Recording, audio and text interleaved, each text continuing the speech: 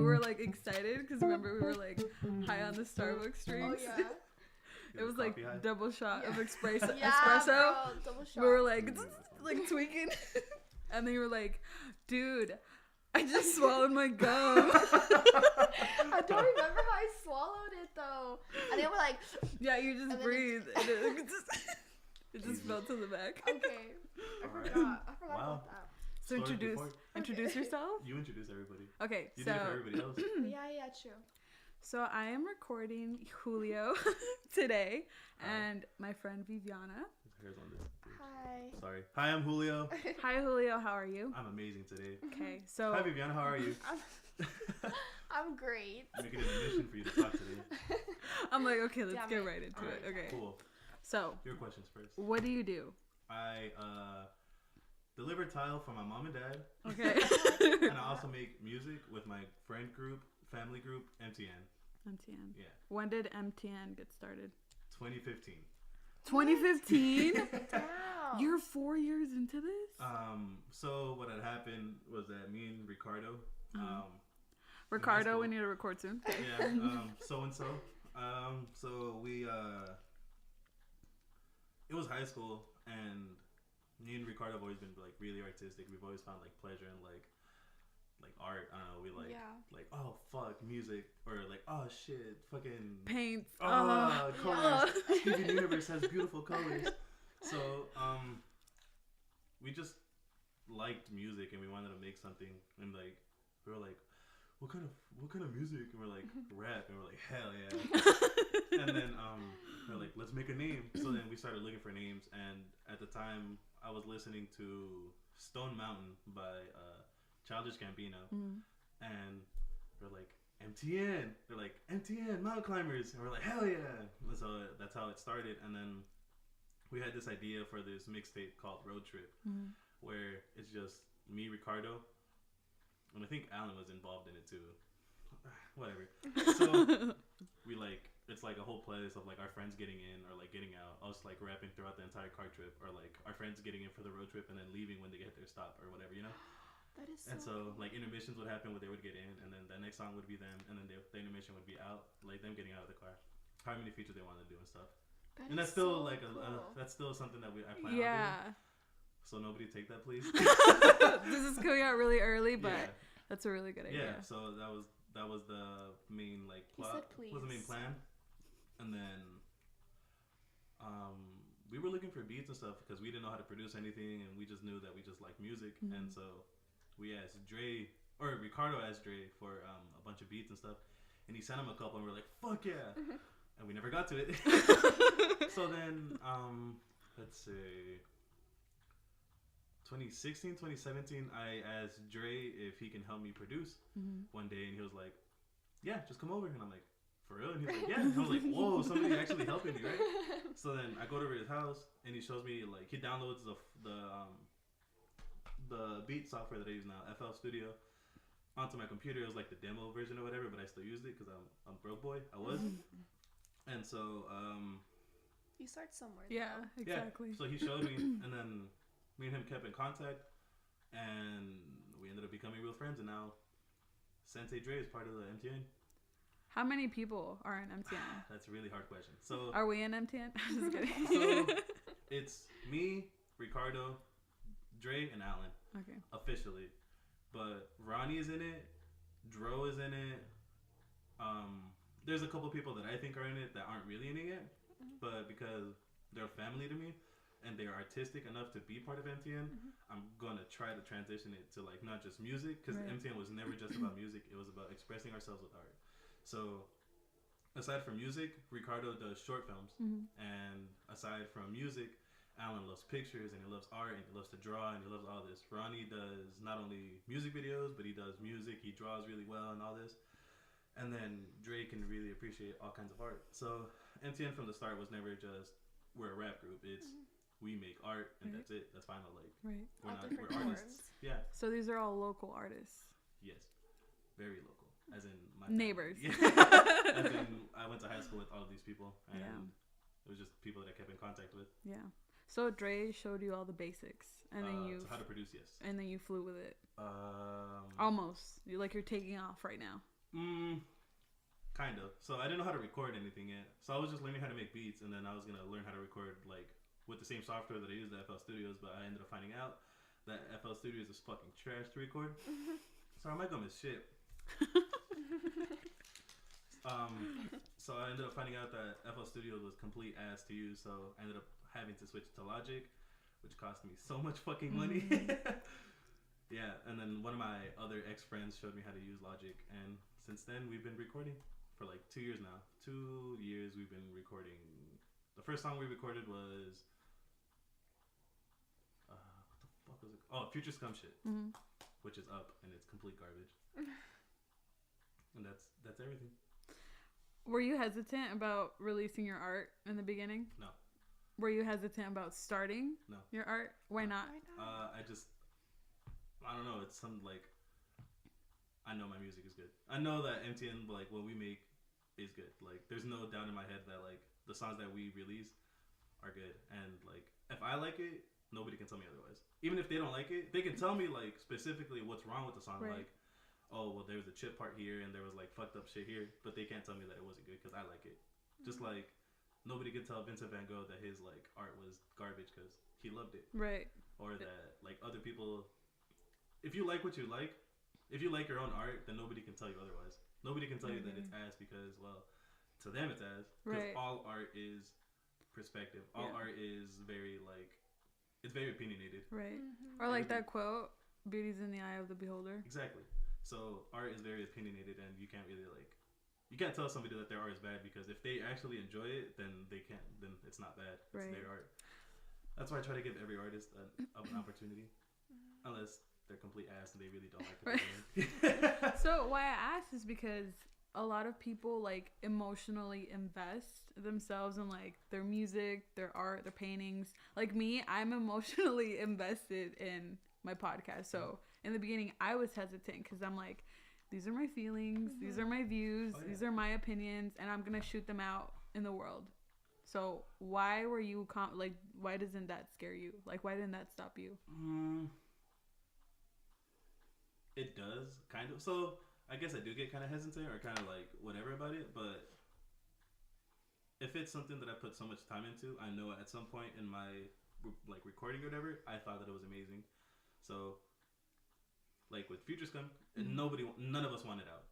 Everybody right now still doesn't want it out. Everybody wants to take it off or whatever, but at some point we all thought it was the best thing that we have ever made. So at that, we thought, so I felt like it was part of our like, I felt it was part of MTN growing. So for it to be out is for all of us to be like, that was to a time. look back on. That was our time where we thought that was good, and now we're like evolving still. And although Ricardo and Dre fucking absolutely hate me for it, it's out because it shows us that we can always keep improving. We've from Future Scum Shit to System, we've improved phenomenally. There you go. And like not just produced, well, Dre's always produced amazing, but like our raps and like the way that I mix now, or the way that our flows are different, or like we can actually like rap on different flows or on different beats. Yeah, it's like tenfold like amazing. It's kind of like when we were looking at the breakdown of the songs and like how he said you have to make mistakes in order to get better. I feel like same concept. You have to be shitty. You have to fucking because you have to start somewhere. Yeah, you have to be like, that was complete garbage. Yeah, to be like, or somebody has to tell you, yo, that wasn't like, if it's actually not good, somebody has to tell you that was actually not good for it to like, for you to grow. Yeah, like I know I just said like everything we make is really good, but there has been a lot of stuff that we've made that was complete garbage that we've scrapped and then did it again. So that's why, like, when you asked me, have you ever been hesitant? I said no, because I know when my stuff isn't good, or like my friends actually, because I know that they're all like 100% into like the music that we make. So when they're like, yo, that actually wasn't good, I'm like, okay, well, what didn't I do good? And they're like, you're choppy, or you dragged on for too long, or something. So yeah. At least they don't lie to you, and they like, oh no, dude, you still so good, and like you produce it, and it's. I'm my own biggest critique, so. Okay. Yeah. There's been a couple times where I'm like fucking mad because I like something a lot, and then Dre or Alan or Ricardo are like, that wasn't that good. And I'm like, oh. To you. Fuck you guys. You guys don't know shit. Yeah. So yeah, that's. I completely forgot what I was like talking about. Yeah, but art. Basically. Art's beautiful. I fucking It is. love art. It Music is. is fucking absolutely amazing. It is seeing it. Just what you've shown us right now. Like my eyes have been like I opened my eyes and I'm just like, wow, like it takes this much like skill or effort, like, you know, time. Like when you had to edit that cut for what'd you say, 8 hours? 3 hours? So the cuts in Melt was what took the longest. It took like 3 hours for me to cut the whole song down because it was 5 minutes, so I cut it down to like 2.5 or 3 minutes. Yeah. And so it took me like pretty much the whole day. I say 3 hours or whatever, but that like you get to the point where you can't listen to it anymore, or you're just like, I need a break. Yeah, you need to step away. Yeah, so I would whatever. And Dre was here, so he was like playing his music or stuff, and like he would start making music. So then I would get back on after, and then like I would just fucking cut or whatever. And then yeah, it takes a lot of fucking effort and a lot of like wanting to sound good or wanting to like show that you can actually do it. At that point, it was just me fighting myself. I was like, I know I can fucking do this. Like, Yeah. I just have to like put myself to it. Yeah. So then once I cut it down, I had to cut other like parts of the sound clips or other part of like people rapping for it to like sound good, because or else it wouldn't flow right. Yeah. But you need to like what you do, because if this wasn't something that you liked, I would have gave up. Exactly. I would have gave up so fast. Just like school, like bro, same. dude, English. I was like, fuck this. Like, I don't have enough time in my day. You know, I actually tested myself one year. It was junior year, and I told myself I want to see if I can make this shit. So I proposed myself that I was gonna get straight A's that whole year, and I did. So I proved myself that okay, I can make it in school, but I don't care about school. Exactly. Dude, like I can be book smart. So school is amazing, right? I don't think it's for everybody. It's not. It's a good it's something to have like to fall back on, but it's not Right. for everybody whatsoever. I think if you go to school, if you go get a degree, like you show yourself that you're committed and disciplined enough to get the assignments done, get the certificate, graduate, whatever. But you really only need it if you're gonna climb the corporate ladder. Exactly. Or they teach you how to be a fucking worker, an employee, not Exactly. an employer. They don't teach you how to be like an entrepreneur or how to like. And not everyone is meant to work in an office. I can't. I can't for as much as I want. Dude, okay, let me tell you something. Okay, so. Let me check something really quick. Okay. Everything's good. I just need to make this longer. We can even cut this. You can keep talking. Yeah, I know. I can cut it anyway and like edit No, it. it's because I have to make it longer. So. You know what? I'm gonna keep the shit raw. We're gonna keep it real. I was just kidding. 100%. No, but I think I've told you, Viviana.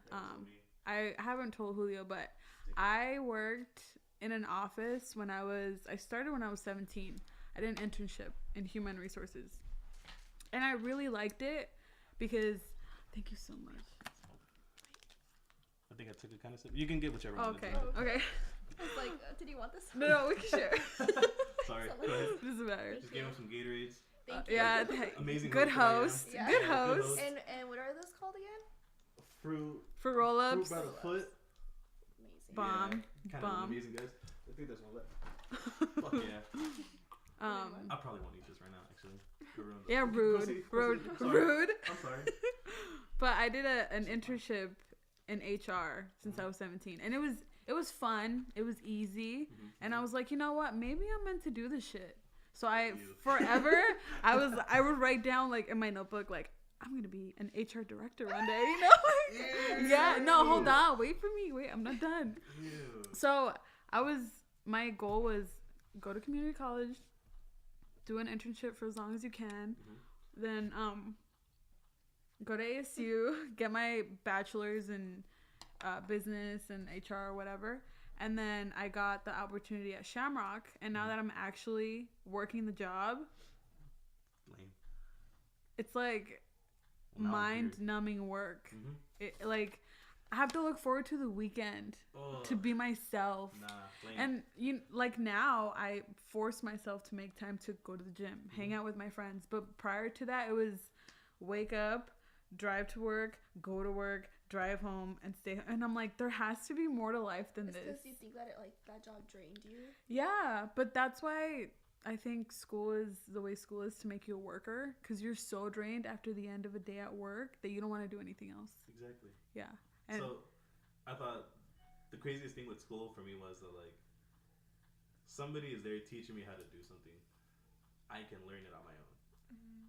If I can learn math on my own, I've proven it to myself that I can fucking learn it by myself. Why can't I teach myself how to do other things? Yeah. So why do I need to take classes that I can teach myself when I can teach myself something that I actually want to do? Yeah. School is cool. I'm not knocking it. Not for everybody. It is for some people if they want to do it, because it is not a guarantee. It is a bigger chance. It's not a guarantee, but yeah. It's a better chance of getting a job. Mm-hmm. But I can't do that. I can't sit down and be told what to do, like, for fucking 6 hours. When to take time off, how long your breaks are. Can I say something? Yeah. Go ahead. Yes. So my major is interior design, and I feel like with some of the projects that they would give us, it would be every single person doing the same exact project, and they would kind of give you this guideline. But what I loved about it, that you can, like, go off of that, and people would do that. And I would see them, and I'm like, how did you think of that? Like, I feel like I need to teach myself. Like how you're saying you teach yourself. I can teach myself how to be like that, or how to, like, look at other art and incorporate that into my projects.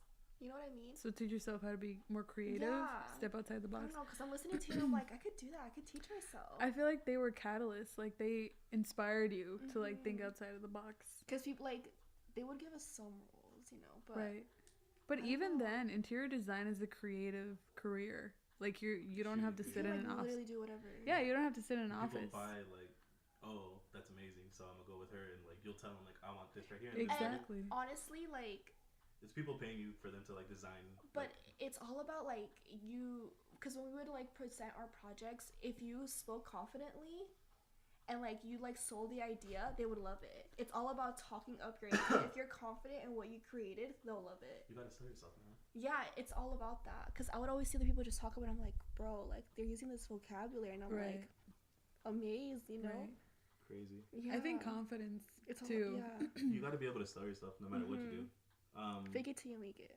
Exactly. That's how I do. That's what I do. Well, no, because if you actually believe in yourself, well, that's true. Because if you actually believe in the stuff that you're selling, you'll have an easier time selling it. Like, so when we promoted MTN, or what was it, System and Melt, I was 100% behind the 2 songs. I fucking knew they were good songs, so I was like, I can promote this because it's actually good songs. So when you believe it in yourself that what you're selling is actually cool, or what you're selling is actually what you're saying it is, you're gonna have so much easier time selling it. Yeah, 100%. That's true. That's why I think if people don't understand the podcast now, it's okay.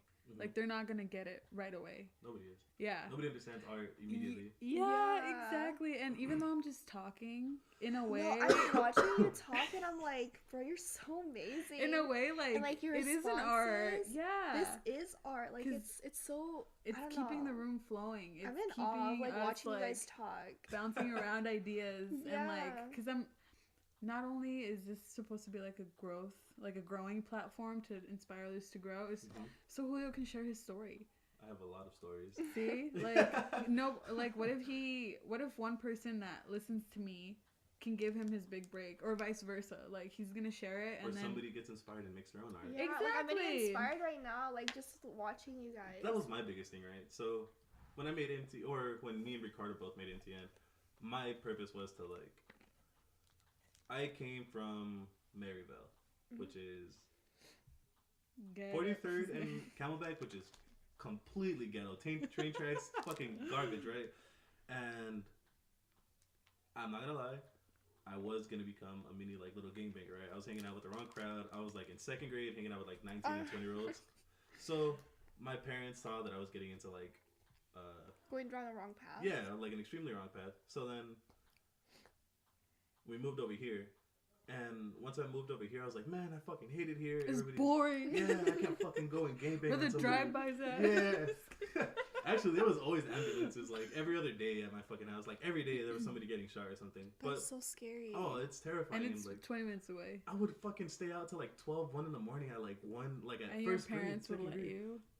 I don't, fucking fine, no, I was just doing it. Like, I didn't care. Like, it wasn't anything to me. So, when I moved over here, at first it was like kind of weird, but then I started realizing like that's fucked up. Like what I was going through, kids go through that and they don't have an out. They don't have what I got. They don't get to experience what I got to experience and then get out to talk about it. I have friends that literally died. I have a fucking like a little. I was like in second grade. I was in third grade and there was a first grader selling like fucking crack and like cocaine and fucking. He was growing his own marijuana. Grader? He was selling his own, like he was growing his own marijuana plant. How do you even get to the point like to their parents? Like dude. yeah, like how do you children pick up on stuff? So like people don't have like the out that they had that I got. So MTN for me was more like I want to inspire people. Like I've always been wanting to help people. My major was gonna be psychology or like social issues or like wanting to like help people out with like disabilities and stuff. But I think I'm more creative than I can. I would be able to be more creative in music or art than I would be able to like talking to somebody in front of a desk. So my biggest thing was to inspire people to like try to get people out of doing whatever the fuck they're doing and like getting out. I mean, I know that we're talking about random shit and like our songs like fucking bitches or doing drugs, but it's more like it's an art and it's an escape from like whatever the fuck was going on. Like if somebody could listen to it and be like, oh, I want to make fucking music, then that's somebody that I helped that doesn't have to live in that life anymore. Right. So for me, MTN was like a gateway, pretty much. Like I need something to like talk about. I need something to like express my issues and like talk about what I'm feeling about. How old were you when you realized what you were doing was wrong? I was a freshman, sophomore. Okay. That I knew that I then was like I took a step back and I saw everybody that was like doing drugs and stuff and I was like, this could have been me. But I'm gonna tell you something. Not everybody has that whoa moment. Nobody has that whoa experience. It requires shit or like a certain type of person to step out and realize what I'm doing is wrong. It requires help from people. Not nobody gets.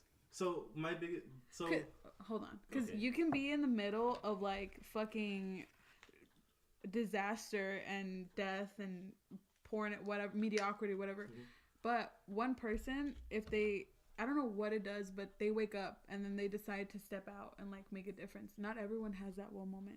So that's what I'm trying to figure out here. Like, what about you that happened to you made you wake up? So everybody else that's going through that can wake up. I've always been a nice kid my entire life. I didn't like fighting people. I didn't like wanting to like bully people. When I was a kid, I was bullied a lot. I was jumped a lot. I was like, not jumped. I was ugly, and like everybody was like, "Oh, that kid's ugly. Let's bully him or whatever." Right? Or like my family was always like really poor. Back then, we were really, really poor. When we moved in here, we moved in with my uncle and my grandma, so like we can afford to pay it off. And now we're actually making decent enough money. My parents are making a decent enough money for us to like live here comfortably. I work with them and whatever. Right? But back then, like, I never wanted to make people feel the way that I feel. Like so. I've always struggled with like my self insecurities since a kid, and like I always struggled with how I like viewed myself as a kid. So like now I'm completely confident in like what I do. I know I'm good looking. I like to express myself, and if somebody doesn't like it, well then fucking go fuck yourself. Like go eat shit. Like I don't give a shit. Like I'm doing me, and like if you have a problem with it, you need to go figure something out with yourself, because I'm not bothering anybody. I'm literally not doing anything. If my song comes in your face and you're bothered by that, I'm extremely sorry, but that's as far as it goes, because I'm not fucking in your face like, yo, you better listen to my shit, or I'm gonna beat your ass, or I'm not like bullying anybody for it. And in fact, it's an open space. Like MTN is always, or at least I've always been open to like everything. Like there was this kid that like smelled really bad in my first, second, and third grade class, and he smelled horrific. But that was because in his culture, he was native, and in his culture, showers were like kind of, I don't know what was the main deal with that, but like they didn't believe in showers and stuff, and nobody fucking cared. They would just bully him, and I'd be like, leave him the fuck alone. And that's when people started bullying on me again. There was this kid that was really into Star Wars, and they bullied him, and I was like, stop, like what the fuck is your problem? Like, like he's not just to fit in. Anybody, And then one time, I'm getting really off track, but so in first grade, I really wanted to fit in with the cool kids or whatever, like fucking whatever. But I wanted to fit in with the cool kids, right? And there was this kid named Abel, and it was like, you want to be cool, but you can't eat that stuff. And I'm like, okay, well I won't eat it, right? So then, you gotta eat this or whatever, right? And it got to the point where he was like, you want to be cool? I'm like, yeah. He's like, eat grass. And I'm like, what? He's like, eat the grass. And I'm like, no. And so he punched me in my gut as hard as he could. And then he like made me eat the grass. That then made my appendix burst. And I almost died. What the hell? The bullying that kids like it's fucked up. And they took me to the emergency the next day because I couldn't eat. I was throwing everything up and I was getting flushed and I like wasn't walking right. So my mom took me to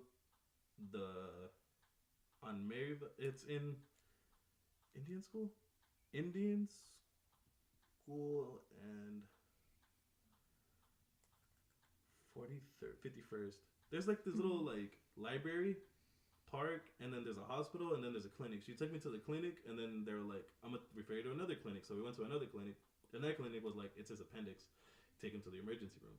So then we go to St. Joseph's, and right there they're like, okay, drink this, and they gave me like a big ass jug of like yellow liquid, and I drank it, and I couldn't. I started throwing up. So then the doctor, which I recently found out too, the doctor was like, okay, Anna was my mom's name. He was like, you have a decision to make. We can we can make him like drink this stuff and see till the next day to see if it's something else, or we can operate on him right now, like on his appendix, and like take it out. And she's like, fucking, how old was she? She was like 23 making this decision by herself because my dad was working. So my dad wasn't working. This was the time where they had like flip phones and we had like fucking Cricket or something. Like we had some broke ass fucking whatever. But so your mom was super young. Yeah. She had me when she was like 18, 19, 18. Whoa. Yeah. And I was early. I was born 7 months, 8 months. Yeah. Oh, back to my story. So she was like fucking 22, deciding on like, well, do I like go with the safe route and go through the like surgery and have like my kid get surgery done, or do I go like the alternative route? So she ended up was like, fuck it, just give him surgery. Like I want my kid to be okay. They opened me and my appendix was leaking, and all the the acid, all the acid inside the like my appendix was already leaking into like my stomach and stuff, and it was like, it was tearing my stomach apart and stuff. If they would have waited till tomorrow, if they would have waited till the next day, I would have been dead. Crazy, right? From a punch? From a punch. He punched you that hard? He was fucking Super Saiyan or something. He was like straight up like... he was a fucking little bodybuilder. It was maybe that punch or something. Like maybe I was already getting fucked up and that punch just set it off or something. Oh, okay. The grass. Yeah. Yeah, the grass was like... the grass was... My stomach was like, whoa, chill out. Fucking grass, This ain't it. Yeah. What the fuck is wrong with you, dude? No, but dude, so... For me, I never wanted to make anybody feel like that. I never wanted anybody to go through that because Lord knows I have gone through my like depressions that like still like I get random waves of depression where I like feel like shit about myself. My self-confidence starts going down and I like get to the point where it's suicidal thoughts. And for the longest time I fought like suicidal tendencies. Like almost my entire relationship with my ex, I fought like suicidal tendencies and I almost went through with it like on 2 different occasions. And I never want somebody to go through that. Ever.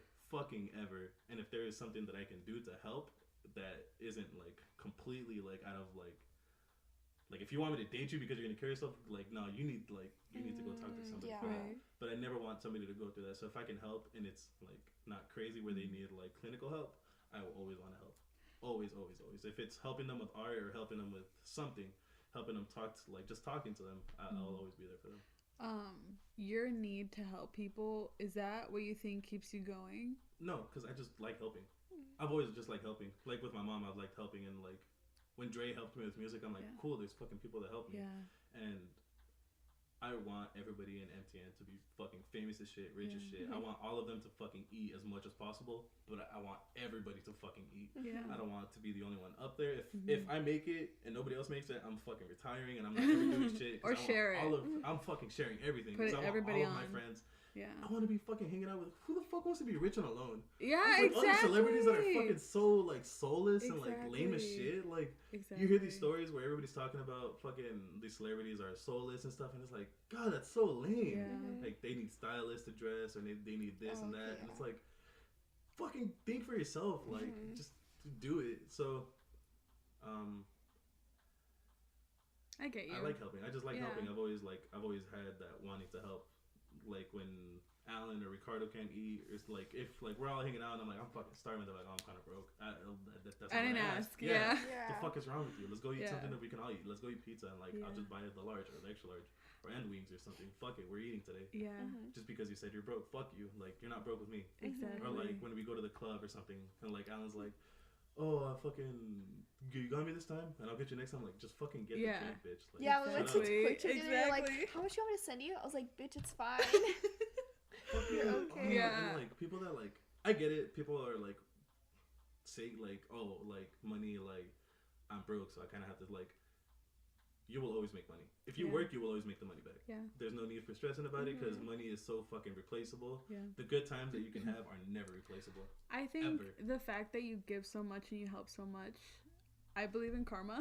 So I think all your good karma is now catching up. A lot of fucking good karma. It's waiting. Just be patient. It's fucking like a big exactly. It's waiting. It's like he's not ready yet.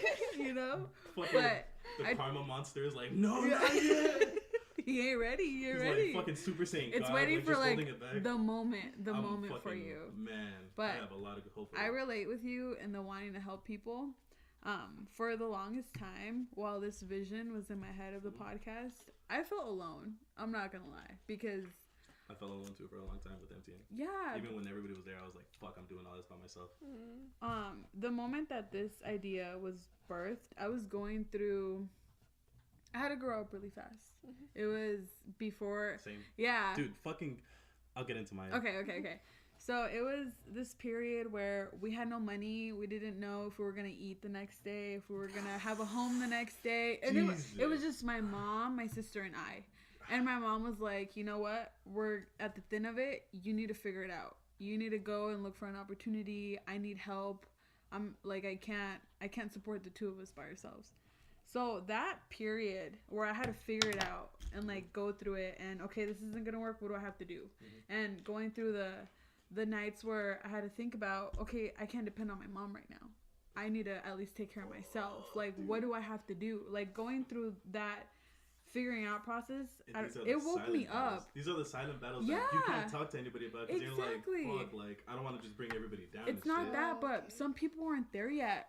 They're not there yet, so they're gonna be like, they're gonna be like, oh, I'm sorry. Like, okay, bitch, I know you're sorry, but I need a solution. Yeah, like, at least talk to me about it. Yeah. At least give me, like... But because they're not going through it, they're not gonna know what to tell you. Dude, so then that makes you grow, and then you figure it out, and then you get through it. And then... So it was that period where I'm like, okay, because I need somebody to talk to, I'm going to look for something. So I would go on YouTube. It's so head ass. I'd go on YouTube and then I'd look up like motivation to start my day. Like shit to keep me going. So I would wake up because I'm like, no, thank you. No, thank you. I would wake up and I'd tell myself, okay, I don't know how the end of the day is going to look like today or if we're going to have anything for tomorrow, but I need to protect my brain. Like I need to protect me because this is all I have. Like if I break now, when am I going to make it? So every morning at 5 a.m., I would wake up and I would just do like an hour of these motivational talks. And then they were all alone. Like, so then I didn't feel alone because they went through those same lonely experiences. And then I figured, I'm like, I feel so aware right now that I'm in control of my future and like what I'm doing. Everybody else needs to realize this. How can I teach everybody that you can get through it, that you don't have to be stuck alone or just empty or depressed, or you need to keep looking. That's the biggest part of growing. Being alone is the biggest part. Exactly. Being alone, if you haven't been alone and you've been catered to or like, so let's finish your part. Going off of what you were saying, like if I feel you need to struggle, you need to go through it, you need to figure it out, you need to have days where you haven't your entire life, if you've been protected, lived the best fucking life you've been, good for you. Like I'm not stressing it, but fuck, when you go through it, you open your eyes and you realize, you see shit that other people aren't seeing, and you're like, what the fuck? are we both here right now? Yeah, like deportation and ICE and every dude. It's so crazy. But some people, even though they know it's there, they don't want to wake up to it. You know why? Because it's uncomfortable. Why do you want to be aware of everything at all times? Nobody talks about how the leading fucking people that are getting imprisoned, murdered, and raped are Mexican Latino people. Not only that, but no, hold on. Not only that, but people don't want to swallow the fact that their life isn't going anywhere because they haven't done anything. Exactly. They want to do the same things over and over and over and over and over and over again. It becomes and it's a habit, like, and then they get comfortable, and then that's it. Because why would conformity? That's why people don't move. Because it's all you know. Yeah. Why would you want to change? Life is. But you have to change. Exactly. So life is so fucking crazy. So I've always been until I guess recently, like we've always been broke. Back when I was living in Maryville still, we ate a lot of canned food, or we would go to my summer school. Like they would have like free meals, like lunch, and we would always go through them. Me and my mom would just go, and we were just always struggling, right? And then when we moved over here, I was in 7th grade.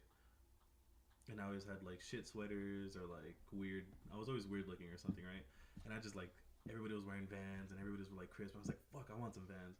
So then my dad was like, work with me, and I'm like, for real? And he was like, yeah, I'll pay you like $50 a day. And I'm like, fucking hell yeah. So then I started working with him, and then I started affording my own clothes and stuff. And like,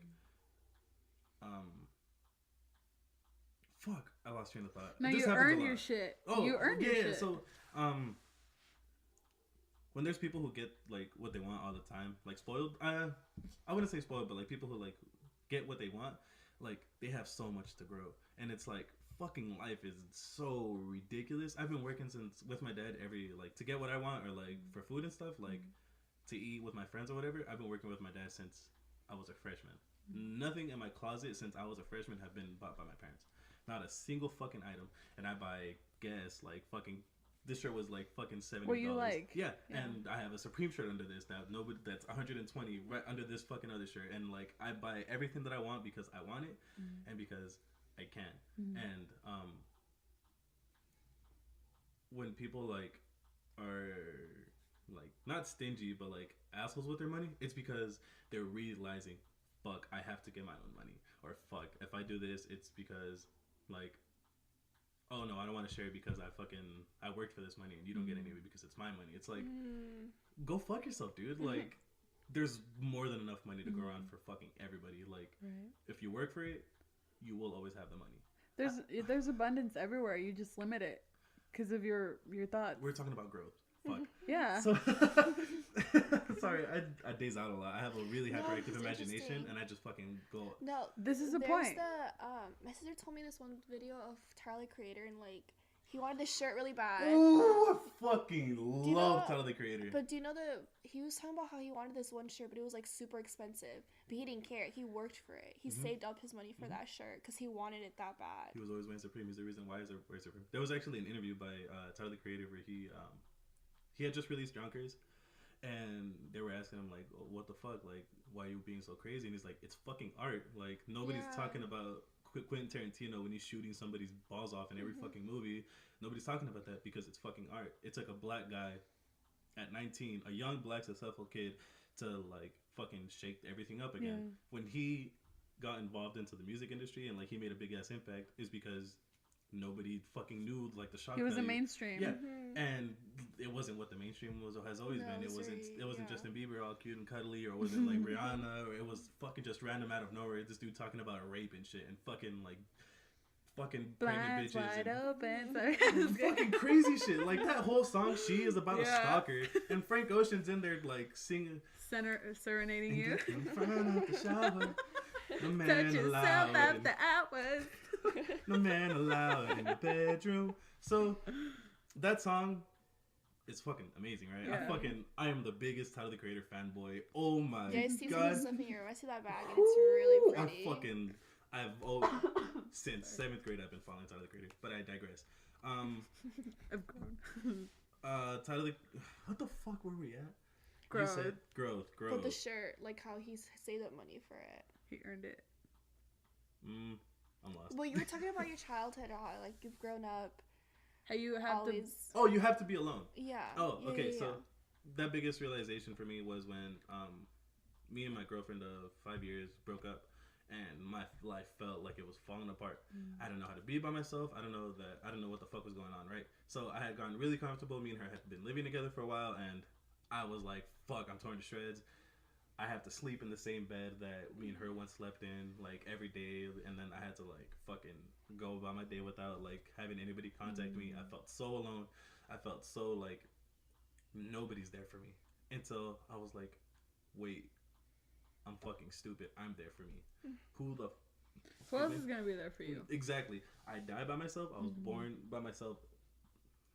With my mom, of course, and the doctors, and okay, for being literal, but like, my thoughts are my own thoughts. My death is gonna be my own death. Yeah. Nobody is gonna go through. Nobody is gonna die for me. Yeah. Nobody's gonna feel what I feel. Yeah. So I am going to take advantage of that as much as I can and feel what I want to feel at all times. So my biggest growth was when I finally I didn't know that she was cheating on me yet, but she had been. They claimed that she's never cheated on me, but like, what the fuck ever? Like, everybody's coming out with like pure facts. So I didn't know that, and then me and her had gotten in a big fight, and I broke up with her. And then a couple days after is when everybody started telling me like, yo, this was going on, or this was going on. So after that, I was like, fuck, I've been alone my entire life, and I'm like, is that really that bad? And like, it's not. That's when like you really, really get to find yourself. I will not date somebody anymore until they like fully understand what the fuck they want in life, or if they've been by themselves enough to understand who they are or what they like. Exactly. Because if not, you're just dating somebody that's brainless and doesn't fucking understand themselves and doesn't bring anything to anything. Yeah. You guys can have different likes. You guys can not like the exact same thing, but as long as she's progressing and you're progressing, what the fuck? Or you want to go to the same place. Exactly. That's it. Just liking one song. One song is enough to fucking like mold a whole relationship. And I'm not going to fucking date or talk to anybody anymore as long as they don't have self reassurance of like who they are. I didn't know that I liked fucking hiking so much until I started doing it. I didn't know that I liked going to the gym so much until I did it by myself. I didn't know that fucking sitting on my bed the whole 24 hours of the day was something that I wanted to do until I did it. And then I did it, and I was like, fuck yeah. Right. Nobody can tell me otherwise. Yeah, because my mom could be like, yo, come downstairs. And I'm like, no, go fuck yourself. I'm going to fucking be in bed all day. Like, fucking... So, the biggest growth was that. And once I finally realized that I am who I am, and I'm not going to fucking break down on who I am, or I don't need somebody else to make myself happy or make myself worth, like, valuable or make myself valuable. Fucking no more depression, no more fucking sleepless nights, no more fucking nightmares, no more fucking anything. I've been so clear-headed. I've been so able to fucking just be myself and be comfortable with myself to the point where I'm like, let's fucking get the day started. I can be my fucking self whenever the fuck I want, and fuck everybody who doesn't want to. So you accepted yourself and your loneliness, and that's what freed you. Completely. Yeah. Because I've always been myself. In high school, I'm pretty sure you can say, like, I've always been the exact same. I've always been like, everybody can suck my fucking dick attitude, and if you don't like me, then I'm sorry. I haven't done anything to you, I promise you. Yeah. And, I've never really changed. I just finally accepted more of myself. I finally freed myself to, like, I am who I am. And if I'm ugly, I'm fucking ugly, but nobody can tell me otherwise. Like, that's just, I am who I am, and it's beautiful. Yeah. I was battling, like, before I had broken up, I was already battling my depression, right? My self-worth and my everything. I was already going through it. I was already like, fuck, like, I want to fucking end my life. Nothing's fucking worth it anymore. I never showed it to anybody, but deep down, it was my inner demons. Like, I almost lost twice, and I didn't, and I thank fucking Alan my entire life, because without him, if he wouldn't have called me, I wouldn't have been here. He literally called me to be like, yo, bro, what are you doing?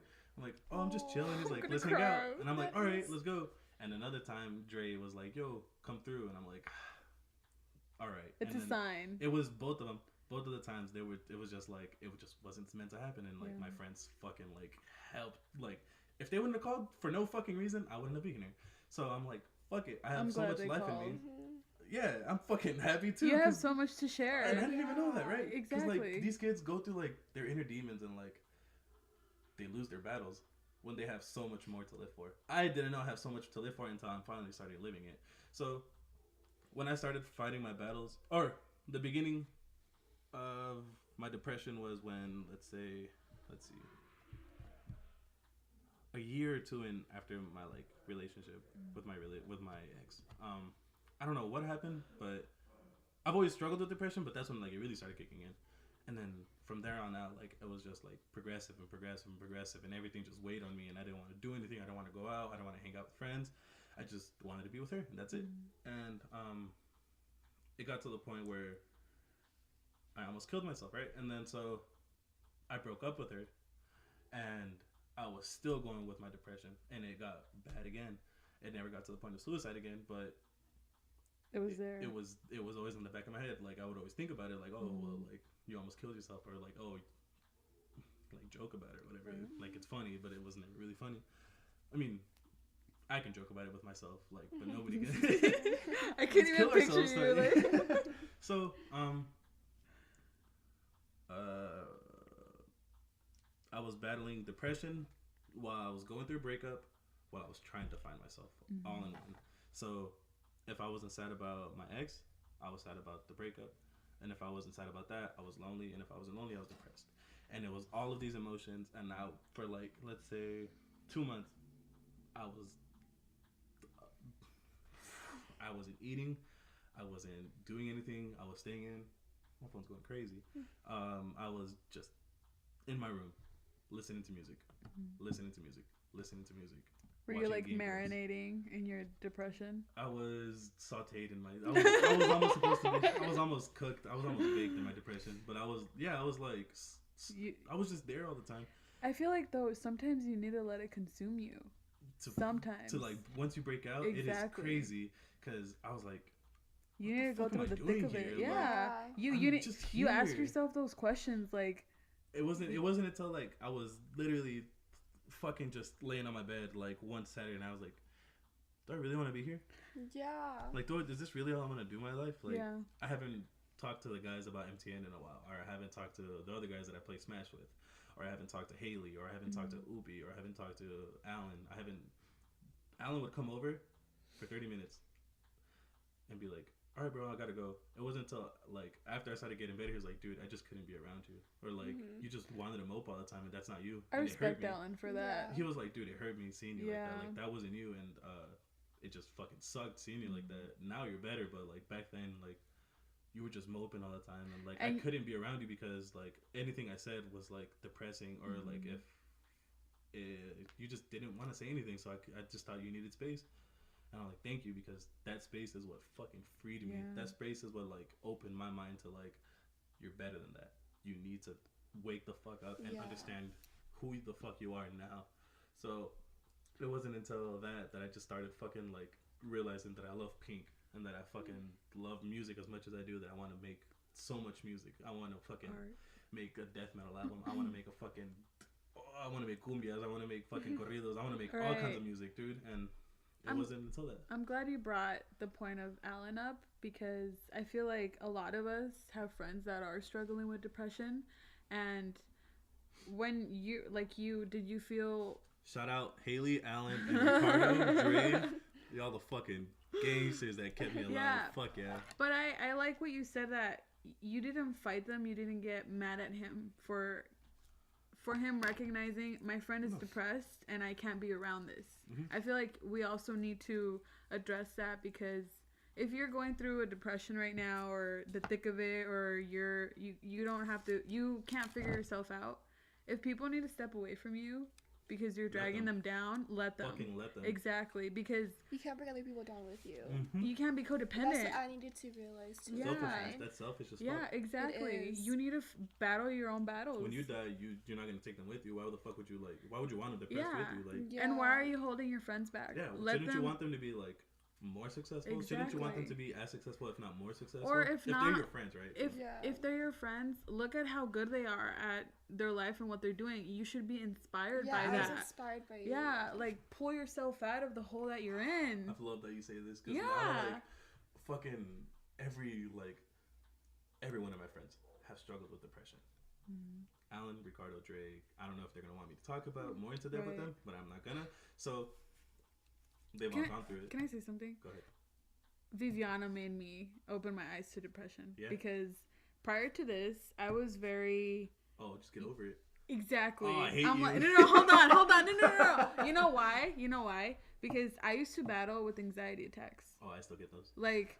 Wow, I'm just fucked up. Anxiety attacks to the point... Because I grew up by myself. Mm-hmm. My mom never took care of me. Mm-hmm. It was always my sister and I, so I had to take care of my sister. Mm-hmm. So then I felt alone because I never felt protected because I had to protect her. Mm-hmm. So I would just be washing dishes and like this feeling of like a void would take over me. Like a cloud? Yeah, like a cloud, and then it would disperse all in my chest, and then I needed to get in the fetal position and breathe and remind myself, you have a sister to take care of. You cannot be on the floor right now losing your shit. Is you crippling yourself. Hold on. Oh. So then I would have my attack and I would go to my room and I would cry and I would let it eat me. Mm-hmm. But then, like you said, you have that moment where I realized, is this gonna happen to me every time I go to a dinner? Mm-hmm. Every time I'm with my family? Mm-hmm. Every time I'm by the tree or during Christmas time? Like anywhere. Yeah, am I gonna let this cripple me all day, every day? Do I want to go through this? And that's when I told myself, and I was like, wake up, bro. Like, you have the decision. You're literally, I'm like, you're putting yourself in this state. You control all your emotions. Mm-hmm. You can, it's your body. How are you not going to have control of it? Yes, but no. Yeah, okay, yes, but hold on. It's a chemical imbalance, but. So I think. I might have some of that too. Mm-hmm. I fought through that, and I got through it.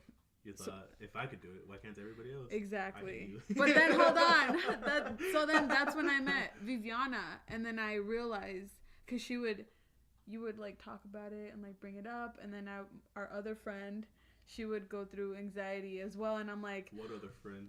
No name dropping? No name dropping. Do I know this other friend? You do know the other friend. I hope you're doing good. I wish you the best. I don't know what friend it is. But then I realized maybe it's more than...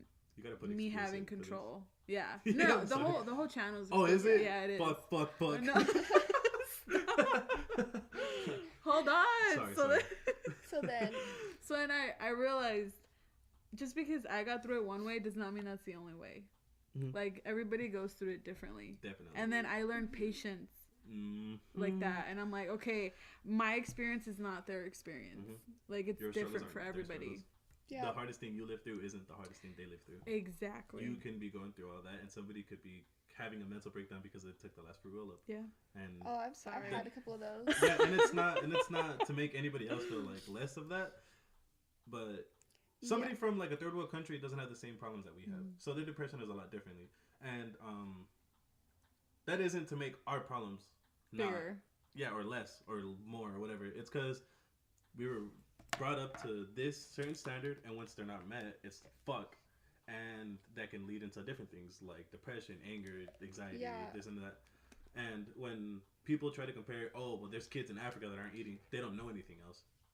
As fucked up as that is to say, I wish I can help every fucking African kid, every Mexican kid, every Portuguese kid, every kid that's been traumatized or like fucked by the Europeans or the Spanish, like conquistadors and fucking the settlers. I wish I could help everybody out. There is nothing in my heart that I want more than to help every kid or everybody out, but I can't. As much as I want to, I can't. And I have to realize that, and I have to understand that my problems are my problems. They're not anybody else's problems, which is I'm not going to take your problems, and you can't take my problems. And I have to get over them by myself. And once I have gotten over my problems, that's that. Yeah. And depression, when that gets involved, nobody else is valid. It's only my feelings. And that is the most fucked and shit way to be. But for the longest time, I was like, fuck you guys. You guys don't care about my feelings, and I don't fucking care about you guys. For the longest time, me and Alan didn't talk for like a couple months, like 6 months. Dude, I fucking know, right? It's fucking annoying. Stupid fuck, who is it? What were you gonna say? No, it's just that, like, because when I was going through it, I was like,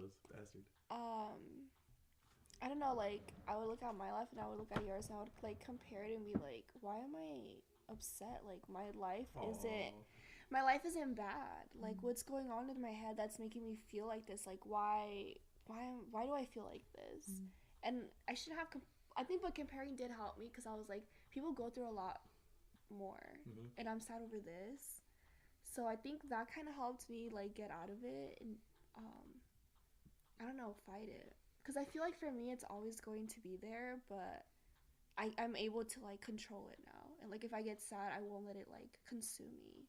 I'll sit there and I'll be like, okay, what can I do about it then? Like, Same. if this happened, like, okay, just deal with it. Like, you know what I mean? And it's not as easy as that. It took me it took me years to, like, come to the realization, to come to terms with myself, but I have got there, and I feel like even though I'm okay now, and, like, I can control it now, and I'm happier now, it can still come back, you know? You could be in, like, an open space with everybody, your closest friends, and you would still feel alone. Yeah. You feel like you're nobody, or you feel like something keeps eating you inside, and it starts in your stomach, and it, like, goes everywhere. It just feels everywhere right here. And it's like, God damn it, like, there's nothing you want than to have this voice, or this, whatever, this entity get out of your fucking body, this demon just leave, but it's just there, and it's attacking you, and your weakest fucking points, and you're like, it's like, oh, well, you're nothing, or your music shit, or you're fucking lame, or like whatever, right? So for the longest time I struggled with that. I still, like, I say that I haven't gone through, like, depression cycles, but it's like,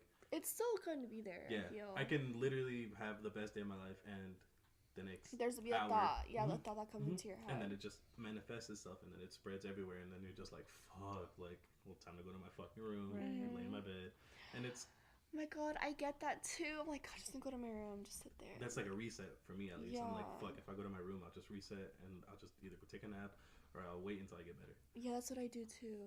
And or I'll, like, watch a YouTube video. Don't get better. Well, actually, I watch a lot of game drums. I think you do get better. It's like you just have to be there by yourself and just sit there and, like, let it coat. Yeah, because I feel like if you push it away and you just distract yourself, it's not gonna it's gonna come back even worse next time, you know. That was something that I did when I was getting over my ex. Once I was able to, like, start thinking about it without, like, wanting to fucking just cry, I would if I started getting sad, I would come in my room, lay in my bed, look at the wall, play soft music or whatever kind of music I was feeling that day, and just think, what's getting me down? Oh, well, she did this. Well, why is that bringing you down? Because she lied to me. Okay, a lot of people lied to you. And, well, it hurt because she was close to me. Your own mom's lied to you. Why would she not lie to you? She is selfish. That has nothing to do with you. Her insecurities don't manifest onto you. You are your own person, and she is her own person. Her insecurities shouldn't fuck you up like what they're doing right now. And I would wait 30 minutes, and then I would leave. Or, I'm going to sneeze. No, I'm not. So the max I would have, like, let myself cope on it would be an hour. And once I hit that hour, if I was still in my bed, I'd be like, all right, I need to come up with something to get myself out of this, because I'm not getting anywhere. Or if I just didn't, I would be like, all right, well, I've had my time to think about it. There's no use to, like, fucking coming up with an excuse or an answer now. I need to go do something. I need to go fucking distract myself. I need to go hang out with my friends. I need to go fucking smoke crack. I need to fucking do something other than just staying here. You stop dwelling on it. That's it. Yeah, I stopped dwelling on it too, on things. And once I got to the point where I was like, fuck, I don't want to go to my room anymore. This isn't that important. I knew I was like, all right, I'm over it. Exactly. And oh my God. Yeah, man. That's exactly how I go through it too. Like, it's not that big of a deal. I'm just gonna go, you know? Yeah, and it's like, it really isn't. Fucking death is literally seconds away. Like, nobody knows, and for us to be like, fuck, depressed about it, like, it's so lame. And I feel for everybody that's still going through it, but you will get 100% over it. Like, there's so much more to live. There is. I like that you brought up how she reacted or treated you in her insecurities, because Viv and I keep talking about this, and it's like, you know, we expect so much from people. Not expect, because at the end of the day, we all, well, because you give goodness, right? Yeah, but you're supposed to get, you're supposed to receive it. Like, it's human. Like, you're supposed to love each other. It's human, but people can't give you what they don't have. Exactly. If they don't have loyalty, but you do, like, you're looking at the wrong. Exactly. Yeah. If they don't love themselves, how do you want them to love you? If they don't know themselves, how do you expect them to want to know you? Exactly. They're still fighting that. They're still so that's what fucking fruit. The person that I recently met, that I had to go through. Bastard, fuck you. No. Yeah, no, I think. Nah, you can say it. Fuck it. No, well, It's me too, because I keep picking the same type of person. That's your fault. Exactly. So then he showed me that I've already tried to prove myself to one person. Mm-hmm. I've tried to prove my worth. And so I realized this guy that I see potential in, if he doesn't see it in him or in anybody else, what's he gonna see in you? Exactly. So and you don't have to prove it to anybody. People who want to be with you know your worth. People who, like your friends, right? Your friends, people treat relationships differently than friends, and I think that's completely stupid. You should be dating your friend. I agree. You should be 100% dating your friend because your friends accept you. Right. You should want to be with somebody that accepts you. Yeah. And but sees also, the best in you. Also, I think I was unprepared. I'm not ready to invest myself with someone else, like you said, because I still have shit to discover about me. Mm-hmm. The reason why that person doesn't know how to treat me is because I don't know how to treat myself yet. You know? That's what I came to realize. Why does every relationship I have end up the same way? Mm-hmm. Because I don't know my place. Why? Because I don't know who I am yet. Mm-hmm. I'm not valued and I'm not taken care of. Why? Because I don't take care of myself yet. Mm-hmm. So I had to step back and realize I need to figure my shit out first and then worry about this later. And even though it's hard, because weirdly, you want you want somebody's you want attention. Someone to come home to, like, hey, what up? Like tell you about this is what happened during my day. You want that somebody 100%, but your friends are there. Yeah, and it's not worth a half-ass relationship. No.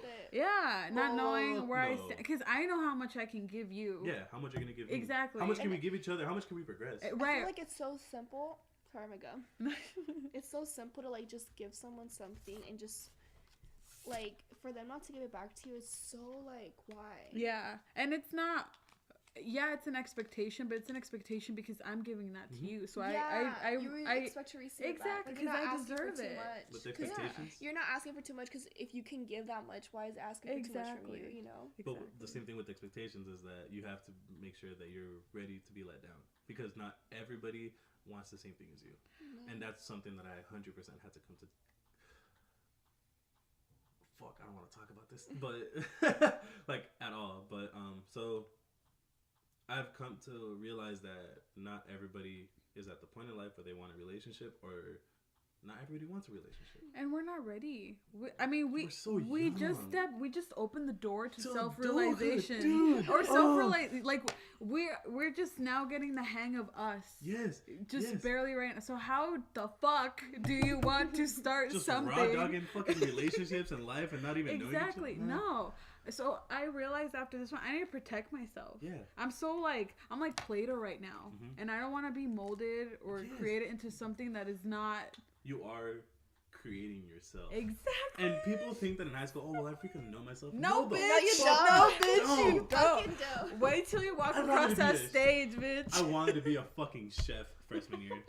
I wanted to be a fucking chef, dude. What the fuck? Like, I hate cooking. What the fuck I look like cooking for other people? What the hell? And for them to tell me that it sucks? Go fuck yourself, bitch. I'd rather make music. Ramsey. But, like, I don't know, man. I guess you do know yourself from, like, the start. It's just you play to yourself. So, I was a kid. In your guys' playgrounds or whatever, did you guys ever have, like, rocks around or something? Yeah. So I would like the rocks would get onto like the pavement or whatever, like the basketball courts and stuff, and I would like scrape my feet, and in my head there would be a beat or something.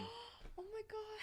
And I've like I don't know, like it would just keep going, and I would keep scraping my feet, and people would be like, "Julio, are you okay?" And I'm like, "Yeah, I'm fine." Like I would get lost in it, or in my head I would just hear like a melody, and I'd be like, and I'd be like humming to myself. You and people had to would be watch like, La La Land. So you were always meant to make music. My grandpa made music. My uncles all make music from my mom's side. My cousins are all musicians. I have 3 rocker cousins, and I have a whole lot of like fucking music background. And since I've been like a kid, I've like my grandpa always played music around me. They've always sung around me. I've lived in a musical family, and I just fucking love music. Like without music, I'd be dead too. You know what I think people should do that don't know what they're meant to do yet? To look back at what they did when they were little. What they enjoyed. Yes. When I was little, I would sit my whole family down and I would make them all listen to me about my day. Hell and then when I was in 6th grade, I was a storyteller. I went to the Mesa Arts Festival, and it was my cousin and I, and we would present this. It was a story about an elephant, and like I don't know if it was like a amulet or like a blanket or whatever, but it had like the meaning of life in it, and he would tell it in English and I would tell it in Spanish. Ooh. But like it would be in front of, I think the biggest stage I did was the Target Hall or whatever at the Mesa Arts Festival. It was like 300, 200 people. And like I would present it and I would flow and I would feel alive and I would get paid for it. You thought about like making short stories and stuff? That's why I'm doing this. Like sharing a story. This is storytelling in a way. Actually, I had a class in, I went to, Southmount Community College for the art of storytelling. I took it and he was like, dude. Who was it? It was some native dude he's like Mexican. Oh, never mind. He had a whole tattoo of here of like some lyrics and stuff. He was like, you need to do this. Well, I was there. I was trained at that college. Yeah. He was like, you need to take more classes and you need to fucking do this, like, because you are really good at it. And I'm like, he would give us like 2 weeks in advance to fucking prepare a story. And I would like, the day before, I'd be like, what story do I want to talk about? And I'd look it up. And I was like, I'll tell Dante's Inferno. And I would tell it in my way. I was like, fucking Satan's got a huge fucking cock. And fucking... So you made it your own. Yeah. Well, my trainers were Miss Torres. I don't know if you know her. Marilyn Torres. Fuck that bitch. Hey, she's good. She taught me everything I knew. Relax. Just kidding. Then it was Mr. Wilson. And both of them like molded me, and I forgot I'm so sorry. I'm gonna interview you one day, but I forgot your name right now. Thank you for training me. All three of them taught me exactly how to talk, when to talk, what cues to say, and I was completely in love with it. And you know why I stopped? Because you're lame. Because I'm lame. Because you're a fucking idiot. Yeah, exactly. Because I figured like, is this like cool enough, like you know, so right. So I was so good at it. Yourself, I didn't know myself, and you know what? And I felt like I was meant to do that. So then it was like a sign. Like I had to step back after I realized maybe I don't want to work in a fucking office my whole life. I had to realize like, what did I used to do that I felt like myself? And it was looking back at that moment and remembering like the faces that would look at me and how people would pay attention to me. And then, okay, I want to do that. And you know what's better? I get to storytell with people that I know. And then learn from them. Yeah. And then record it and give it to everybody else. Yeah. And then they can run with it. This is all for you guys. Yeah. Appreciate this ain't for me. Bastards. Fuck you. This ain't for us. All right. How, why, and when did you start this podcast? Why did you want to start this podcast? So I started the podcast. It was after I was 3 months into my new job at Shamrock.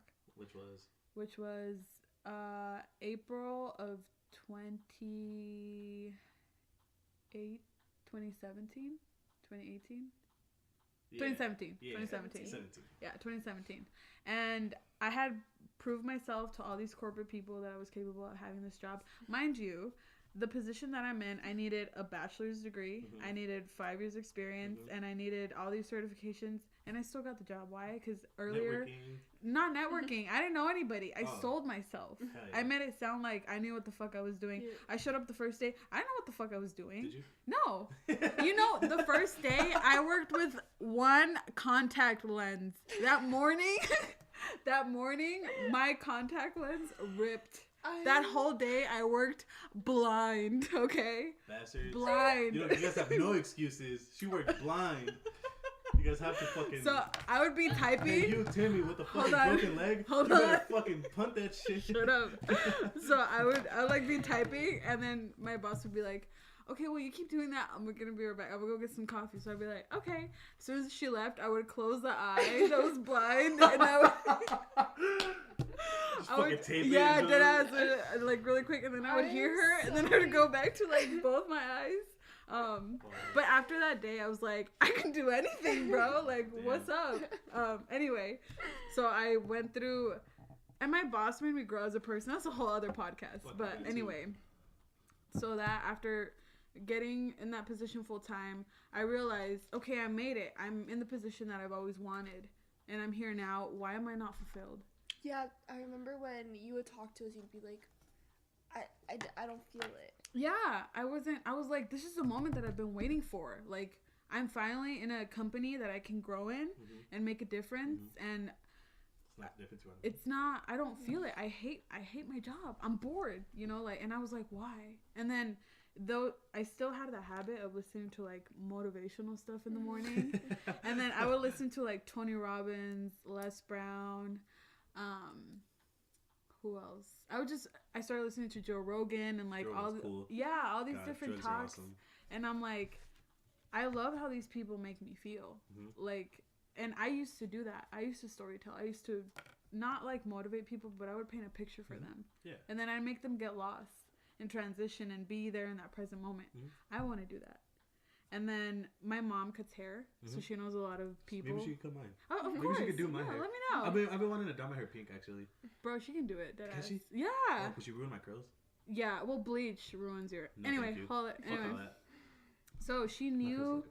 She knows psychologists. She knows doctors. She knows entrepreneurs. She knows, like, my mom. Oh, okay. Yeah. So and I would always show up to pick her up because at the time we only had a car.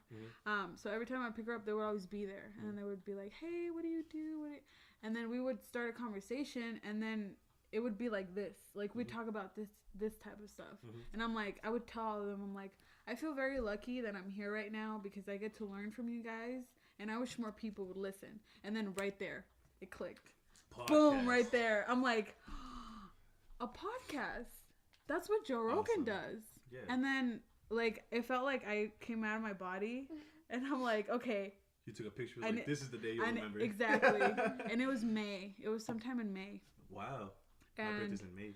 I started my Instagram page that day, my website that day. Okay. And then I was like, okay, what do we want to name it? So I had already named it the Soul Food, but I'm like, okay, what does it mean? And soul, S-O-U-L, was already taken up. So I had to settle with S-O-L-F-O-O-D. So I'm like, okay, now we got to spin it off. What's going to be our, like, phrase? Yeah. What am I trying to teach here?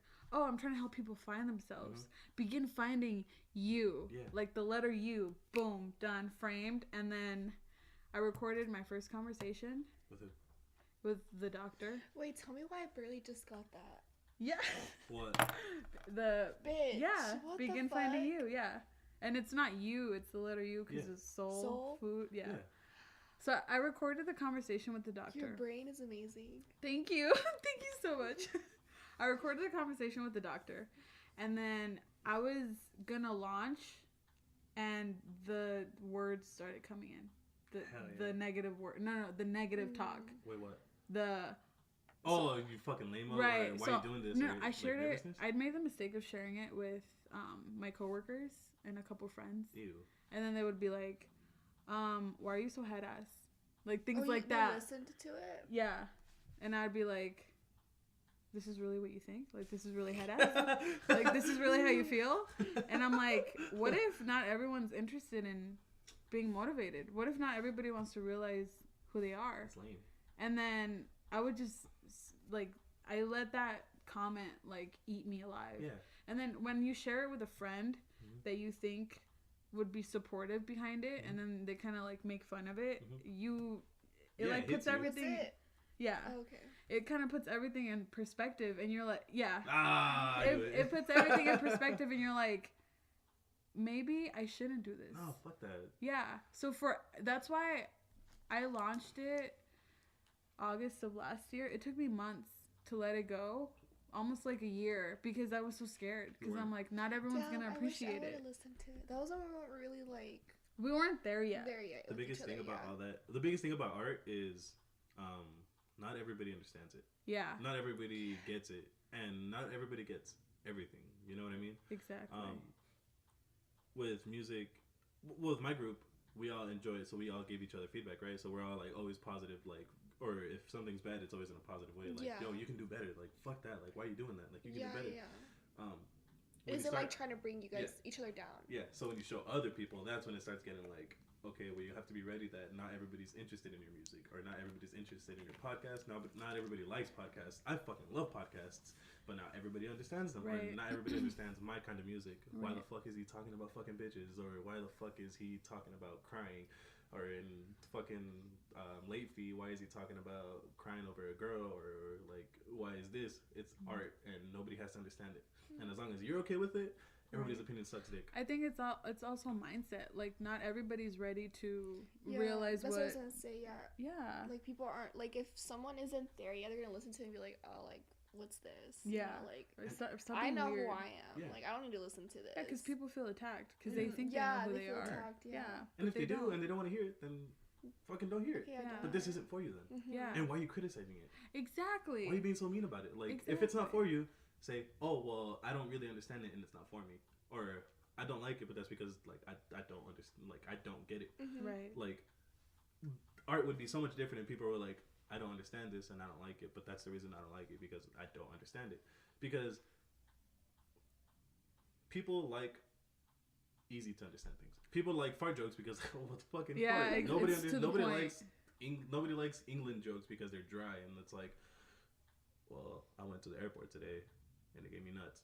Like, nobody fucking finds that funny, but fucking some people do because that is what they like. Right. So not everything is for everybody. Right. And that is the biggest judgment. Like, well, oh fuck, my friends don't like it then, and I'm just like my friends, and they don't like it, so I can't. I guess I can't like it. And I kind of felt like, well, then who the fuck am I? Like, why did I have this realization? Why was I motivated to do this? And then now, it's been rejected. Yeah. And then I share that with my mom. My mom's one of my biggest supporters. She was like, what you said, not everyone's gonna understand it, but if you feel a certain way producing it, put it out. Like, what you want to make a difference, you have to expose yourself. Yeah, you have to be vulnerable as fuck. You have to show your most vulnerable side. Yeah. And my fucking mom is my biggest inspiration too. Yeah. Or like, I have a lot of inspirations, but my mom is my biggest like backer. She fucking heard Melt and System, and she's like, poke it up, poke it up, poke it up, with a broken ass English.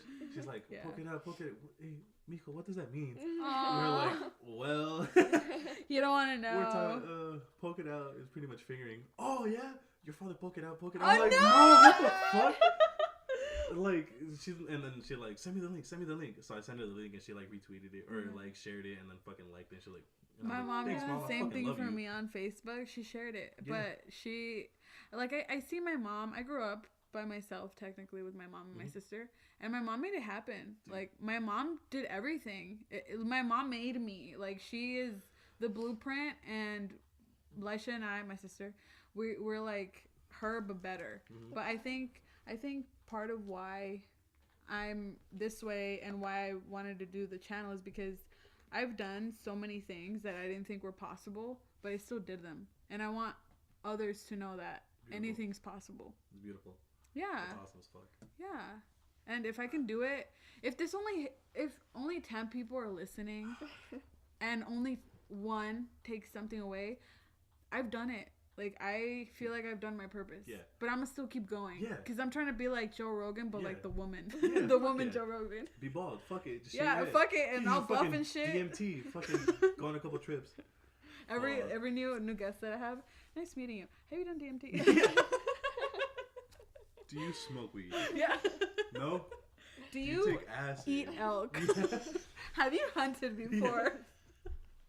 Have you taken Taekwondo classes yet? Have you done any martial arts? No? Well, I guess that's our we're done here. It's a wrap. Just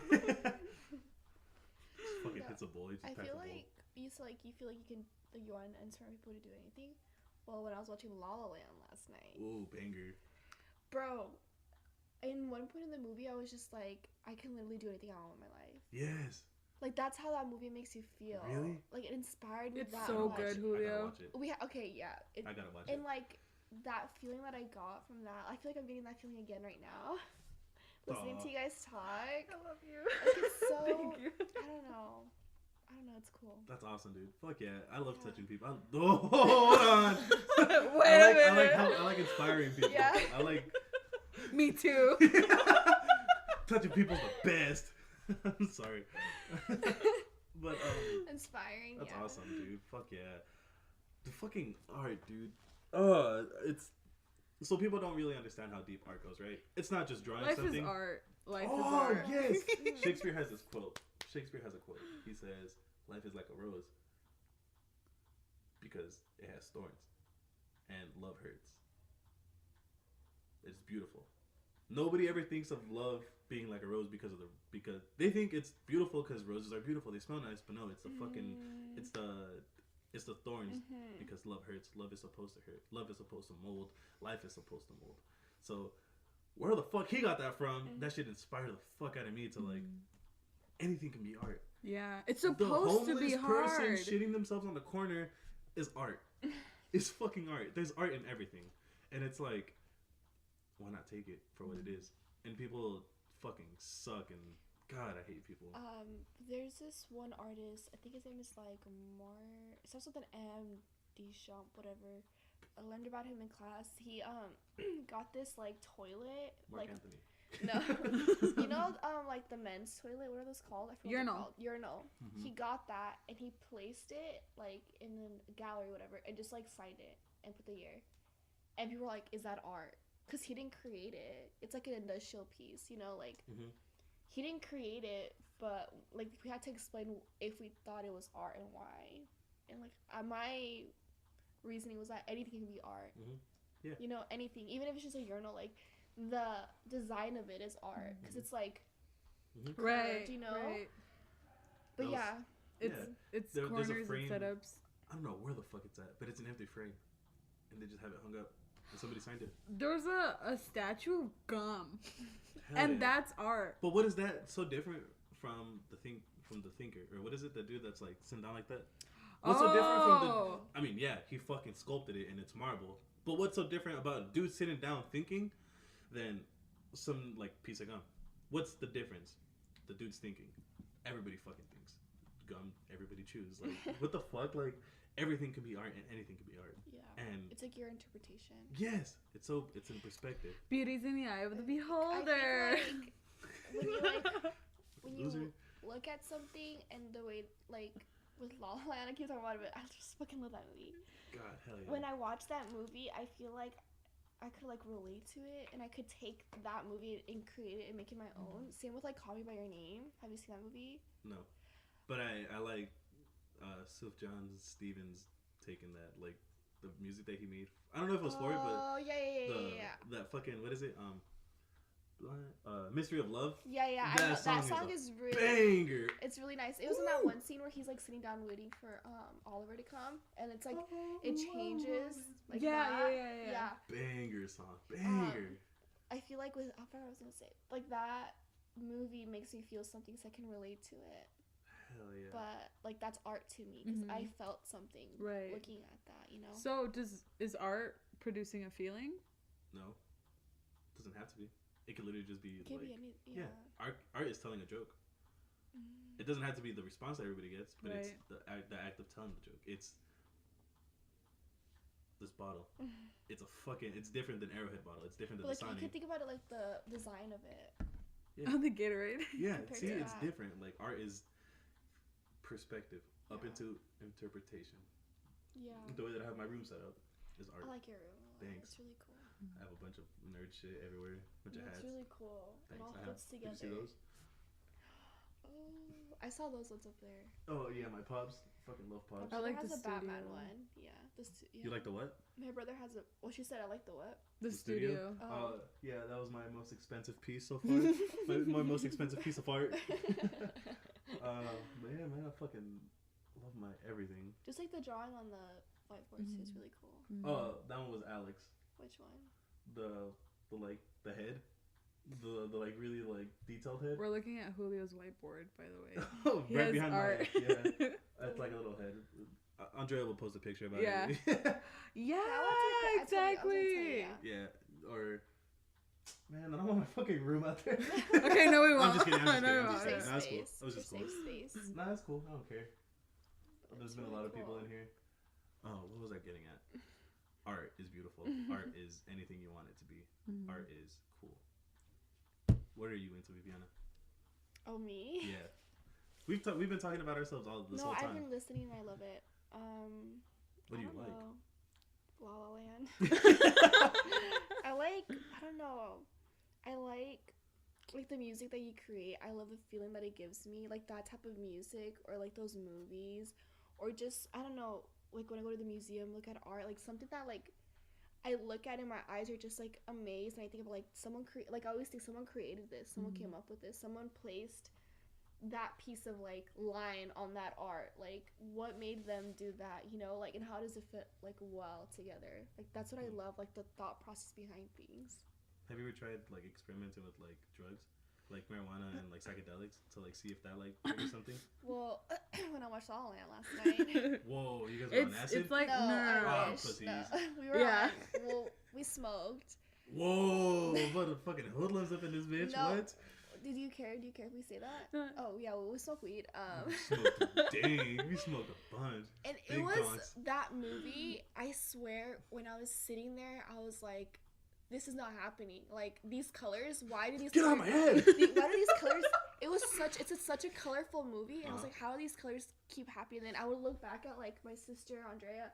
I'd be like, is this really happening? And everybody's like, yo, you're tripping. Yeah, my sister was sober. She would just look at me like I know what you're thinking. Yeah. Like, it's really happening. Like, chill, bitch. Like, it's happening. Yes, it's a fucking movie. Yeah, like, it just... Have you ever seen Steven Universe, actually? No, I've heard about it, yeah. Fuck the story, dude. Just looking at the background, the fucking sky has, like, blue... Or it's not just blue. It has pinks and greens, and it has, like, fucking crazy colors. And then the sand isn't always just brown. It's orange and, like, pink, and, like, the ocean has, like, green lining in it. It's the most beautiful fucking like anime, like colored.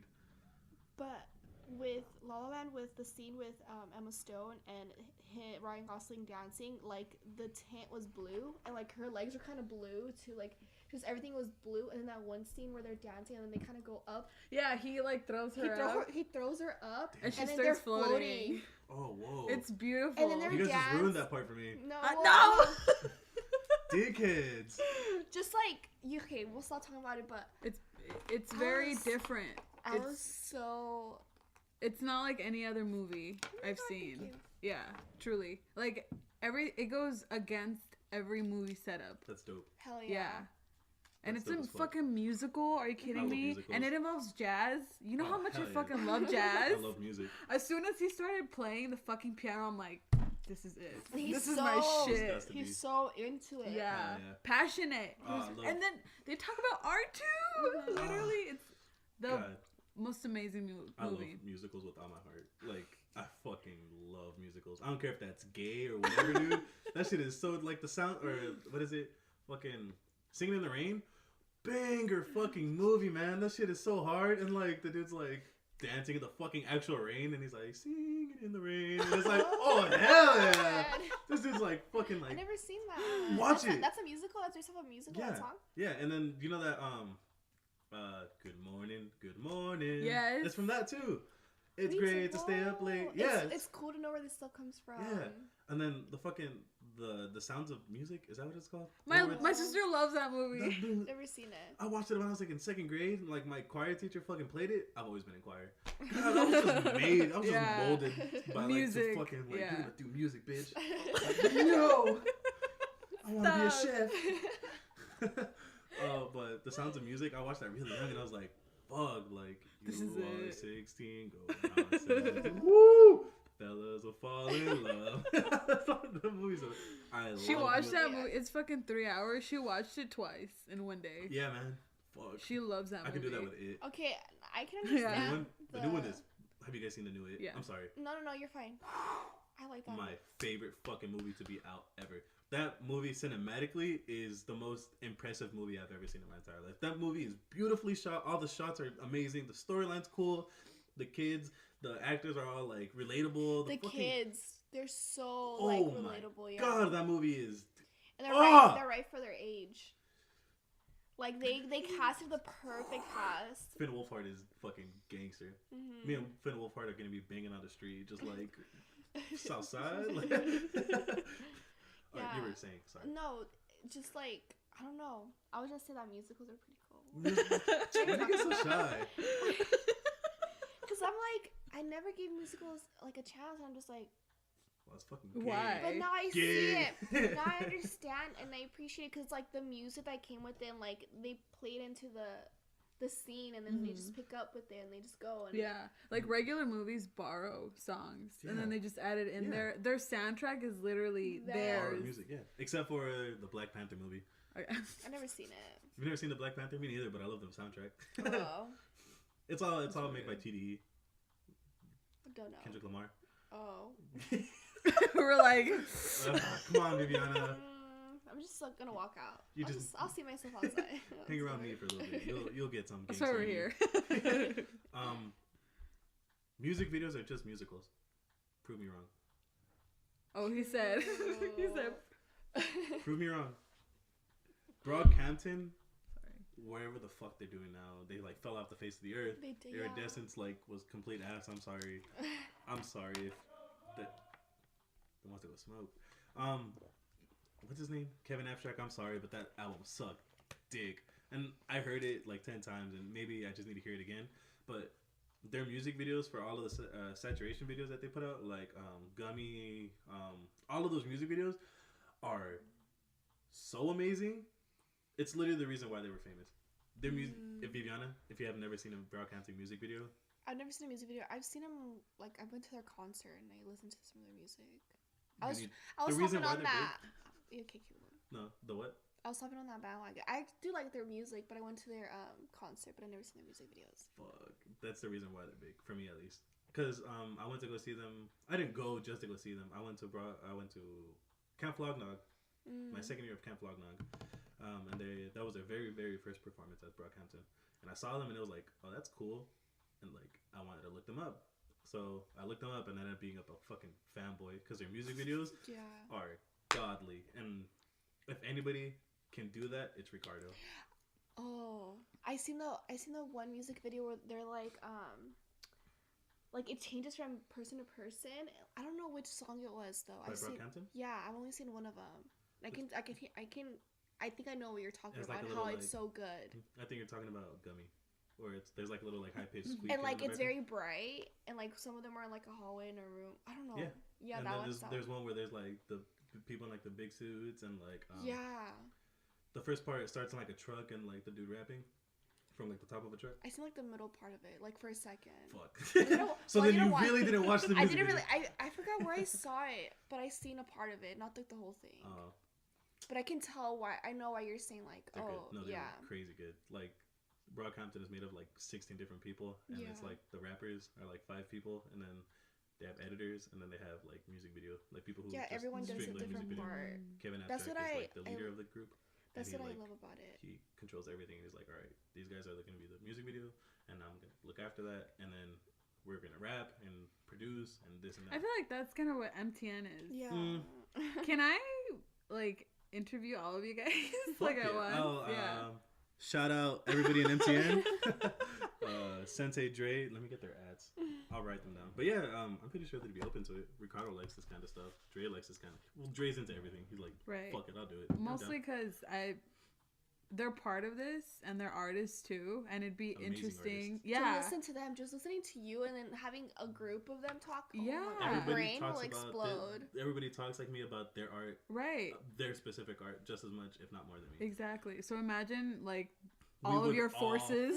We would not leave. Like, have you seen those? We'd literally just be talking shit to each other. Honestly, like that's pretty much all MTN is. Like when we're recording, we're like, "Shut the fuck up, bitch!" Like, or like, "Hey, that sounds like shit," or like when I play my song, I'm like, "Yeah, that's good." I'm like, "Pasa." Yeah, it's cool. I'm like, "Fuck." He's like, "You could come harder," and I'm like, "Yeah, I guess." I think though, if they know it's a podcast of just wanting to hear them express their art.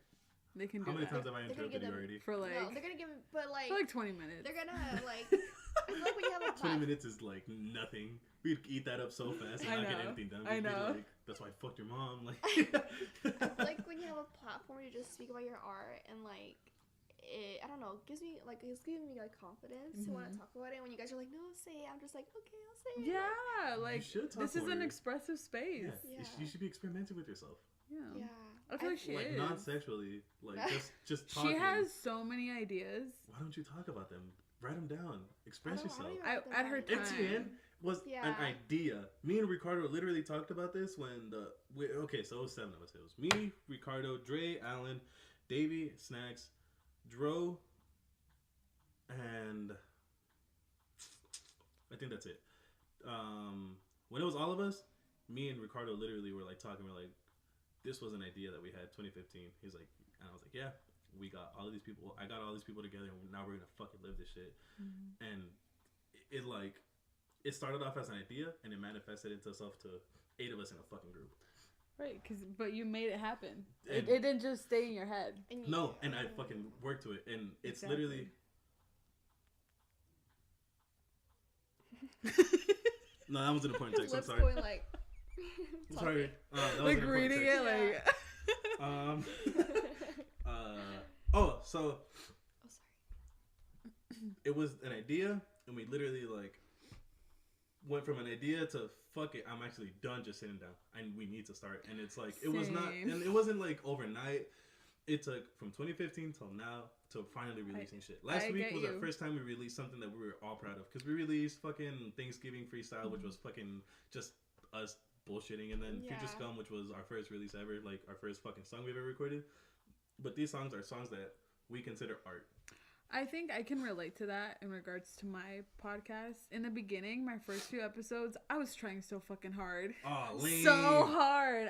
And then now, like the episode that I recently did with Viviana and Mariana, I felt like myself. I felt like this is what it's supposed to be. And I was like, you felt comfortable? Yeah, I was and now I feel like myself too. Like it's just about having real conversations. Why am I forcing it? Like why am I trying to be somebody that I'm not? Yeah. And I feel like that's kind of what you guys did. Like, you guys just let it happen. You didn't stress it. You just let it flow. I stressed it a lot. I was always like... Well, in the beginning... Nobody knows this, but I was like, really like, I wanted to be a stickler. Like, I'm the leader. I want to do this. I want to be this. I want to like... Ego. Yeah, it was all my ego, dude. Ego. And it wasn't until I fucking finally found myself and I was like, this isn't the point of MTN. It never was. It was never for me to be leader. It was never for me to be like stickler about shit. Like, I run shit, but that's different. Like, that's just... I have to, right? But MTN is not a rap group. It's a group of people who make art. It is a group of people who all come together and make art because we all want to. Ricardo, Dre, me, and Alan make art because we want to. We all come together and we put in our pieces, and that's it. It's not a stable rap. It's not a 100% rap group. It's Ricardo wants to make a short film. Well, let's fucking make that short film. Check out The Sounds of Your Absence by Ricardo. That shit is so good. Did you guys watch it that day that I sent the link? What is it? It is a short film. It is godly. Oh my god, it is so good. Ooh, it's... I'll play for you guys. We'll watch it right now. Ooh, it's so good. And then Dre with his beats and stuff. I will say... I feel like I've been sleeping on you guys. Like, I'm barely really looking, and I'm just like... It's okay. Well, okay, also, like, we didn't really know. I didn't know. Yeah, I didn't know Ricardo made short films, and I knew Ricardo in school, you know, but... That's what he changed his major to, like, writing short films, like, filming stuff. Oh, but MTN has the best producer in Arizona. I will say that forever and ever and ever. MTN has the best fucking producer in all of Arizona. Nobody produces like Dre. You hear a Dre beat and you know that's a Dre beat.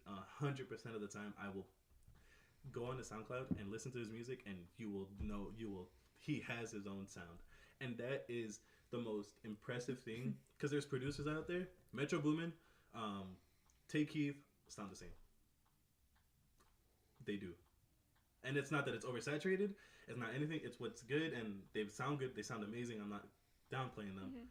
Dre has his own sound, and that is crazy. That is fucking... When Metro Boomin first came in the game, everybody was like, fuck, Metro Boomin, like, he's making these trap beats and whatever. Or when fucking TM88 came in for Lil Uzi with that, I don't really care if you cry. Fucking, he just fucking mind-boggled everybody, like, whoa, this can be a beat? And it's like a track that's like looped but reversed and this and that. And it's like a producer that doesn't sound like everybody, that has their own sound that they can make without trying, like Dre does. Dre just literally finds a sample and puts his sauce on it, and it's his, and it's 100% his. That song that I was trying to show you guys earlier, it's Garden Kisses. That song is an original song. Like, some dude like made it, and so he slowed it down, he pitched it down, he added his drum beats, and it's a completely different song. 100%. It's like, you know who Kitchenada is? Yeah. It's like just like that. He made it his own fucking song, and he said, "This is my fucking song, and go fuck yourself." It is amazing. You know what I like about you? What? You recognize people. Like, you hype your friends up. And you know how hard that is for people to recognize other talent? That's fucking whack. Yeah, but it's because you're, like we were talking about earlier, you're confident in your talents. Like, so his talents, you don't feel like he's overshadowing you. Yeah, no. that If is anything, so I feel true. People do feel like that. Exactly. I feel like I'm the least out of everybody. Like, out of everybody, I think Alan is an amazing model. He can model for fucking Abercrombie. I don't know if he wants to model, but he can model. And I think that's what we're going to make him do. Most of the time in MTN, he's going to fucking model for us. Ricardo can fucking rap. He is the most creative out of all of us. Dre has crazy lyrics, like really like deep lyrics. Ricardo paints a picture. Dre will fucking like tell you some deep shit, but Ricardo will fucking like. He has a song in Mel where he's like, eyes out like Candace, Furbin and Phoenix, how I move through my city. That's crazy. And one of the other songs that's coming out, he says, I'm making sense, but talking's taking sense, so we don't say a lot. That's crazy. This man's a literal fucking genius. But that's what I'm talking about. Like, you're recognizing their talent. Yeah. I fucking love my And friends. you're like hyping them up. You know how fucking rare that is? People just like talking about themselves. That's lame. I know who I am. I can't really sell myself. I am myself. You guys are gonna either know me or not. But like, I think it's cooler when you have friends that like can be sold, like not sold, right? But like can be talked about, because all my friends are cool as shit. Andrea makes a fucking podcast and it's dope as shit. Viviana. You don't know me yet. You don't know me yet. Like, when you have friends that do crazy stuff, that know who they are, like, want to, like, progress, it's easy to talk about people. It's easy to talk good about people. Fucking Alan is the most creative person I've ever met. And you might not see it, but among all of us in MTN, he is the most imaginative, most childlike brain, and that is fucking amazing. I need that in MTN. I need that 100% in MTN. I need creative, and Alan is... He can fucking look at something random and be like, let's take a picture right there. And it would be the dopest fucking picture in the world. Or that's fucking... That's kind of how you are. Or fucking a music video, but like exactly something fucking this, and then something explodes and fucking this. And you have vision. That's what you have. You have vision. Oh my god. But like... That's amazing, because even if they're not doing it for themselves, it can inspire somebody. It can inspire me, or it can do something, and I'll be like, well, that's completely on. Like, if I take an idea from Alan, I'm 100% giving him credit. Yeah. That is not my fucking idea, and I'm a piece of shit if I take that idea. Exactly. If there was this girl that on Twitter that said that there should be something that was like there should be a party thrown or something, like a get together where it's like a big ass party and like everybody just like shows their art. And I was like, that's an amazing idea. Like, people show people play their music, people show their fucking, like, paintings and stuff. And then I was, like, thinking about it. I was like, I want to do something crazy for my birthday. From May 18th, I want to do something insane, like, something big. I want to throw a warehouse party. Not that, like, drug-addicted fucking warehouse parties and stuff, but, like, something crazy. And I want to be able to show people art and stuff. And I'm like, wait, I have to get this girl involved because she's the one that gave me that idea. So, like, it's like, it might have made me like think of something else, but if I don't have this girl in there, then I'm a piece of shit, and I will not take credit for that. Because she is the catalyst. Yeah, she is the thing that sparked my idea, and if I don't have her involved in some way, then I'm a fucking failure piece of shit, and I will not I can't take credit for that because that's fucked up. It's got a lot of like Fashion Nova, how they steal like styles from like small fashion people. Like, that's kind of what he's talking about. Like, he's not gonna take the spotlight from somebody and act like they created it. Yeah, I just see that a lot. I see that a lot on Twitter. I could only imagine if like somebody took my idea for MTN, I'd be so fucking mad. I mean, everybody has rap groups, right? But like, if somebody was like, "We're gonna call it MTN, like, we're gonna do this," we don't just make music, we make art. Yeah, my friends are cool as shit. Yeah. Like, I'd be so mad. I'd be like, "My friends are cool." Yeah. I can talk my friends are cool shit. Bastard. No, but like, I think it's like, it's easier when everybody actually likes to do what they want to do. Exactly. Even if it's like, if you like licking notes, like licking staples, you're the best fucking licker in the world. You can lick every fucking staple in the world. That's fucking cool as shit. Like, that's so fucking random. Yeah, and if that's what you like to do, then it's easy to talk about because this person has so much inspiration, so much something about it. Yeah, like that they can talk to me about it, and I could fucking sell it. And shit. you probably know staples that I don't even fucking know. Yeah, like color staples, like fucking give off a little texture. The coating ones slip a little easier. These go pierce through your paper faster. Yeah. See how that has a little jagged edge? Those are to cut through, not just to like splice through. Like fucking crazy, right? But it's like. Everything has its niche. That's another thing that I learned from Viv. Like she would start talking about interior design, and she's like, "Yeah, and then there's this style, and this style's called contemporary quiche or whatever." Oh, it's quiche or something quiche. I forgot how you say it, but it's like your mom's like antique freaking bowl, and it's ugly, but she loves it because there's so much like character. Not like it's like sentimental piece. Oh, okay, got it. And like I always explain it by like on Hannah Montana how they have like that one table with the leg, the lamp. You know what I'm talking about? No, I don't. Okay, I watched a lot of Hannah Montana. It's like tacky. Hey, stuff. no homo, but I watched a lot of Hannah Montana. It's like tacky, but it's like you keep it in your house because it has like a feelings. Like the couch that you guys are right. sitting on. But yeah, it could be like No, it's 100%. It's the ugliest couch I've ever seen, but it's comfy as shit, and it's like it's like stuff like that, like that style, yeah. Yeah. Like my couch in my room. And like we'll go in a room, and then Viv will be like, "Yeah, it's this type," and then look at this, and she'll like point shit out, and I'm like, "What can you say about my room?" Huh? I don't know. I don't feel like No, like right when I walked in, I got like this like sense of like comfort. I feel like that's what you like. It's like your safe place. Like it's comforting. Like I feel like so chaotic. To it feels open. Like it's somebody. Like it speaks more. It's like personality. There's right? like so much going on. Yeah, and it's your personality. And it's not cluttering. It's like to the point where it's like, wow, like this is somebody's thought. Like this is tight. That's how I felt when I walked in. I was just like, we're in the layer. It's like my brain. You just feel the throbbing through the walls. My eyes are like looking at different things, and I'm like, wow, like that's cool. That piece is cool. I'm like, I've seen that scarf before. That hat's really cool. Yeah. I used to wear scarves all the time, man. I like the pink one. Which one? The Mapei one? Yeah, that one's cool, and the one underneath is cool too. Oh, that's my real sweatshirt hat. Oh, that fucking concept was dope. I just see little stuff, and I'm just like, oh, this is cute, and I see that. And this is you. Oh, my GameCube? Yeah, that's so cute. I don't know if it's cute. It works. I can hear it. I play. I'm a competitive gamer outside of music. Yeah, outside of my famous rap group MTN. I play a lot. Shout out to out to Dre, Ricardo. I play competitively. Like I like to go to like mini tourneys and stuff, like tournaments and stuff. There's stuff like that here. Yeah.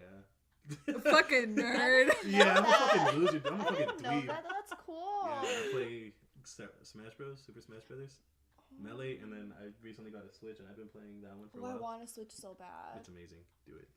It's fucking so amazing. It's like because when you're recording and stuff, you get burnt 100% of the time. I don't care what the fuck any artist tells you. They're a lying piece of shit if they say that they work 24 hours a day every day of the week, because they're fucking lying to you, and they're just selling how hard they fucking work, because that's bullshit. Nobody can work on music that much and not fucking make trash. I don't care. You cannot. It's like a muscle. Like you need it. You need rest days. Yes. Or even fucking like who was it? Your brain is a muscle, right? Yeah. Okay, I thought I said it. I'm like, is that right? I just said it so confidently. Delete that. Who the fuck was it? Some artist was like, oh, I work every day a week and fucking the whole day I'm out grinding. And I'm like, no, the fuck you're not. Shut the fuck up, you lying piece of shit. Like, you're selling yourself so much and you sound like a lying piece of shit. Like, when I'm in the studio, when I told you guys that I work fucking 8 hours in that little baby come with me, it's because it was actual 8 hours, but I fucking had to get out of the studio. My sister is the one that helps me record. Shout out my sister. Ricardo, Dre. My sister is super famous band group. MTN CLMBRS coming to you soon. So my sister is the one that helps me record, and like she was like, nope, do it again, and I ended up getting mad. I'm like, fuck, just like let me fucking like do what I'm telling you, and I was like, wait.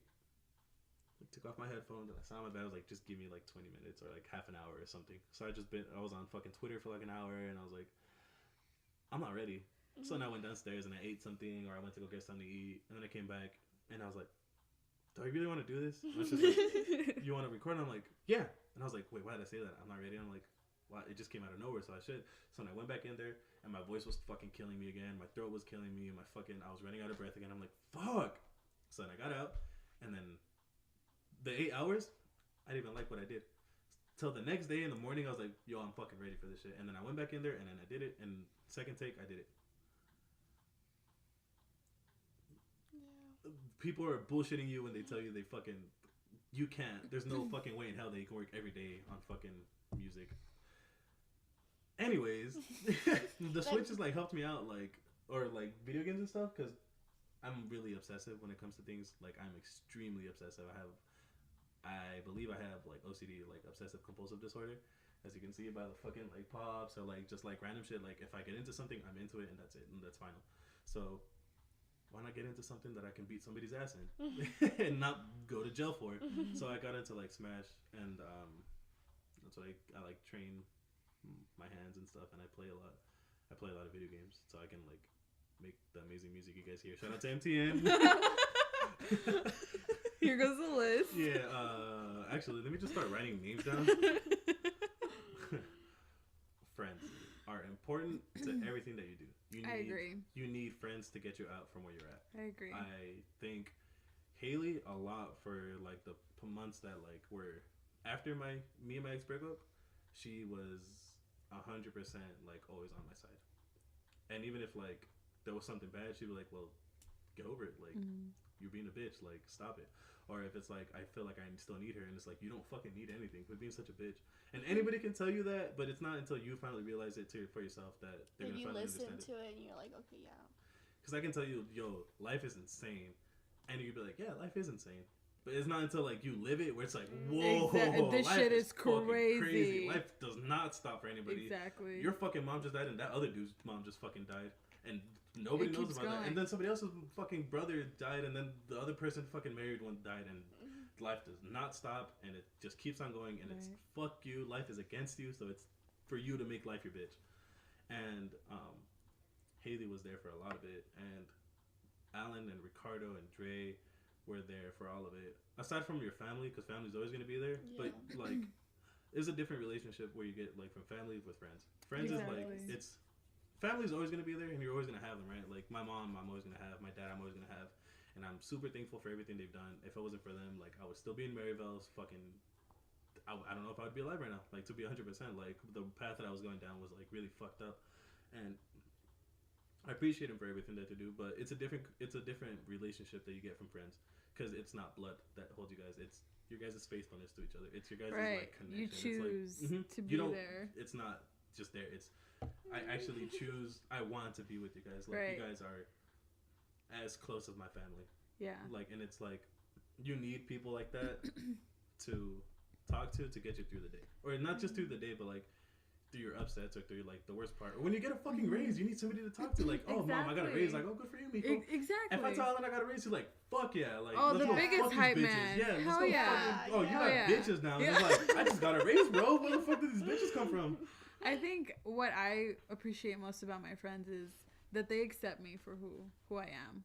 Your family, they have to, because you live with them. But your friends... accept you because they want to. Exactly. But yeah. And they support you, and they're behind everything. Well, not all of them. But the real ones... Sneak this. No, the real ones stay. And I think I'm very appreciative for my friends. I've never... If... you at any point in your life consider me a friend, I am always gonna ride by you 100% of the time. I don't know why that is. Even the people that did me dirty, I'd still talk to them. I don't know why. We go back to what we said earlier. It's what you have. You're a loyal person, so you give loyalty. I'm not insecure about myself. It's not my insecurities that got in my way. It's theirs. But it's I did no fault to them. I'm gonna keep not doing no fault to them. So you're not gonna let them change you in turn to them. Go stoop down to their level. Exactly. So when everybody was oh, she cheated on you, why don't you go fuck her friend and this? And it's I think that too. Why? What do I gain out of that?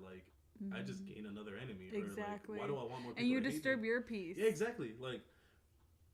You're going out of your way just to prove a point. When somebody was you just got done messy, and you're still like letting these women, like, you're still treating them like you do.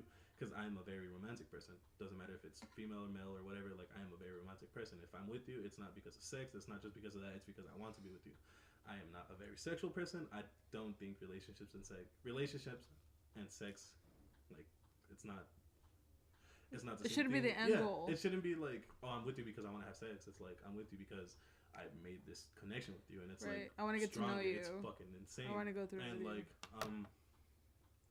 I remember I was talking to somebody and they're like, you just got done messy and you're like treating these hoes the same as like you would before. And I'm like, yeah, like that's. Do they generalize women? Yeah. These hoes? Yeah. We're not all hoes. All of them are hoes. No, but like, he's like, you treating this and this and that and this and this and that. I'm like, well, not everybody's the same. And exactly. It's like, it goes back to generalization. Like, everybody talks about like Mexicans hating like black people or whites, and it's like, no, we don't. Who the fuck told you that? And it's like, well, my friend said that this happened. It's like, so because one Mexican hates black people, all of us hate black people? But the bad people tend to stand out more. Yeah. That's so lame. Like, today, some fucking what happened? That dude in Glendale, the Glendale Police Department. There was a video that got cut out, or that got shown today from body cam footage where he was like tasing and beating the fuck out of some dude. And it's like, fuck, like, cops suck dick, but it's like, that's one. Yeah. But then there's also the people who like save people, and there's people who are like fighting for their lives and stuff. Not to say like fucking cops are amazing, because they're only doing shit to get quotas by the end of the day. Fuck the government, right? But it's like, there is people who like actually want to help and stuff, and it's so lame. Yeah, because like I was watching Hot Ones with that Ooh, that guy's from Broad City. Cool as fuck. Yeah, they did. Is that the Hot Wing one? Yeah. Hot Wings? Yeah, that shit is tight as fuck. Ones, yeah. They did an episode with like the girls from Broad City, and they got a lot of hate. But I was looking through the comments, and I was looking at like, there was like a couple of just hate comments, but like that, just those 3 hate comments made me feel like, oh, everybody hates this video. And those hate comments go to the top. Yeah. So that's the first thing you see. And you think that everybody hates it. Then I was like looking, I was like, no, not everybody hates this. It's just those couple of comments that got a lot of likes. And I think like, it's just those few people who stand out, you know? Yeah. Fucked up, man. It's fucked up. Generalizations suck ass. I think that's why if you get fucked over, don't assume everybody else is gonna fuck you over. Yeah, that's the biggest thing, because I was like, for the longest time, I was like, was everybody gonna cheat on me? And it's like, no. Dude, not everybody's so insecure about themselves. Not everybody's so like lame. Exactly. Not everybody's so like, I don't care what you say, cheating is insecurity. Cheating is because you want attention from somebody else. Yeah. You have insecurity issues, you have self-assurance issues, you have really bad issues that somebody else is. Nothing is ever going to be enough. So, nobody is ever going to be enough. And that's fucked up, but it happens, right? And don't be scared. I come to the end goal of my life. It's like, if they cheat on you, it's not your fault anymore. Like, if you did the best you could, then it's not you. Yeah. Viv always says, if you were yourself, that's all that matters. The whole time. And the entire time, I couldn't be myself. Because you can't take that away from you. If you would have seen me the way I was in my relationship, it wasn't the high school Julio. It's not this Julio. It was. Oh, same. No, yeah, no, same. Yeah, I guess, whatever. And then, how's your music? It's cool. It's not. My music fucking kicks ass, and fucking go suck a dick if you don't like it. It's cool. I don't know. Like, I like it, but it could be better. It's not. I was liking a lot of. Her insecurities were getting onto me. Her insecurities were like draining me down, and it was like, instead of being this full cup of Gatorade, I was like half up. I was like half or down, you know, and like, cheating sucks dick. It does. It does. And if you're a cheater, it's okay, man. Get over it. Like, just be yourself. Like, if you can't be in a relationship, say it. If you want to be a polyamorous relationship, polygamous relationship, if you want an open relationship, say it. Cheating. Don't drag somebody else. Exactly. Yeah, be transparent from the beginning. Lying. Cheating isn't just sleeping with somebody else, because people have polygamous relationships, and that's okay. I can't be polygamous. I can't. But there's people who can be. You know what I mean? Like, there's a lot of people who can be, and for you to want to drag somebody down to something that they don't want to do is fucked up. Is fucking lame as shit, and you deserve to go to hell for that. If you're open with somebody, and like, yo, I can't be in a monogamous relationship, you will not only get respect from that person, you don't get an enemy, you don't fuck somebody's life up. Yeah. And Exactly. It's people's lives. yeah, they're with. completely selfish, and you grow as a person. You yourself grow as a person. As long, because cheating is also like them like, because we live in this world where being monogamous is 100%. Like you have to be monogamous because of Christianity and Catholicism and whatever. Like it's the morals that we grew up with. So there's people that are polygamous end up wanting to like, oh well, like I guess I can't really come out like as like that because it's fucking shunned upon or whatever. And it's like, well, I'll try it, and they can't. And being open with yourself and knowing yourself is the first step. If you're gay, be gay. If you're polyamorous, I know it's not the same shit, but like if you are open with yourself, you'll have so much more self-peace.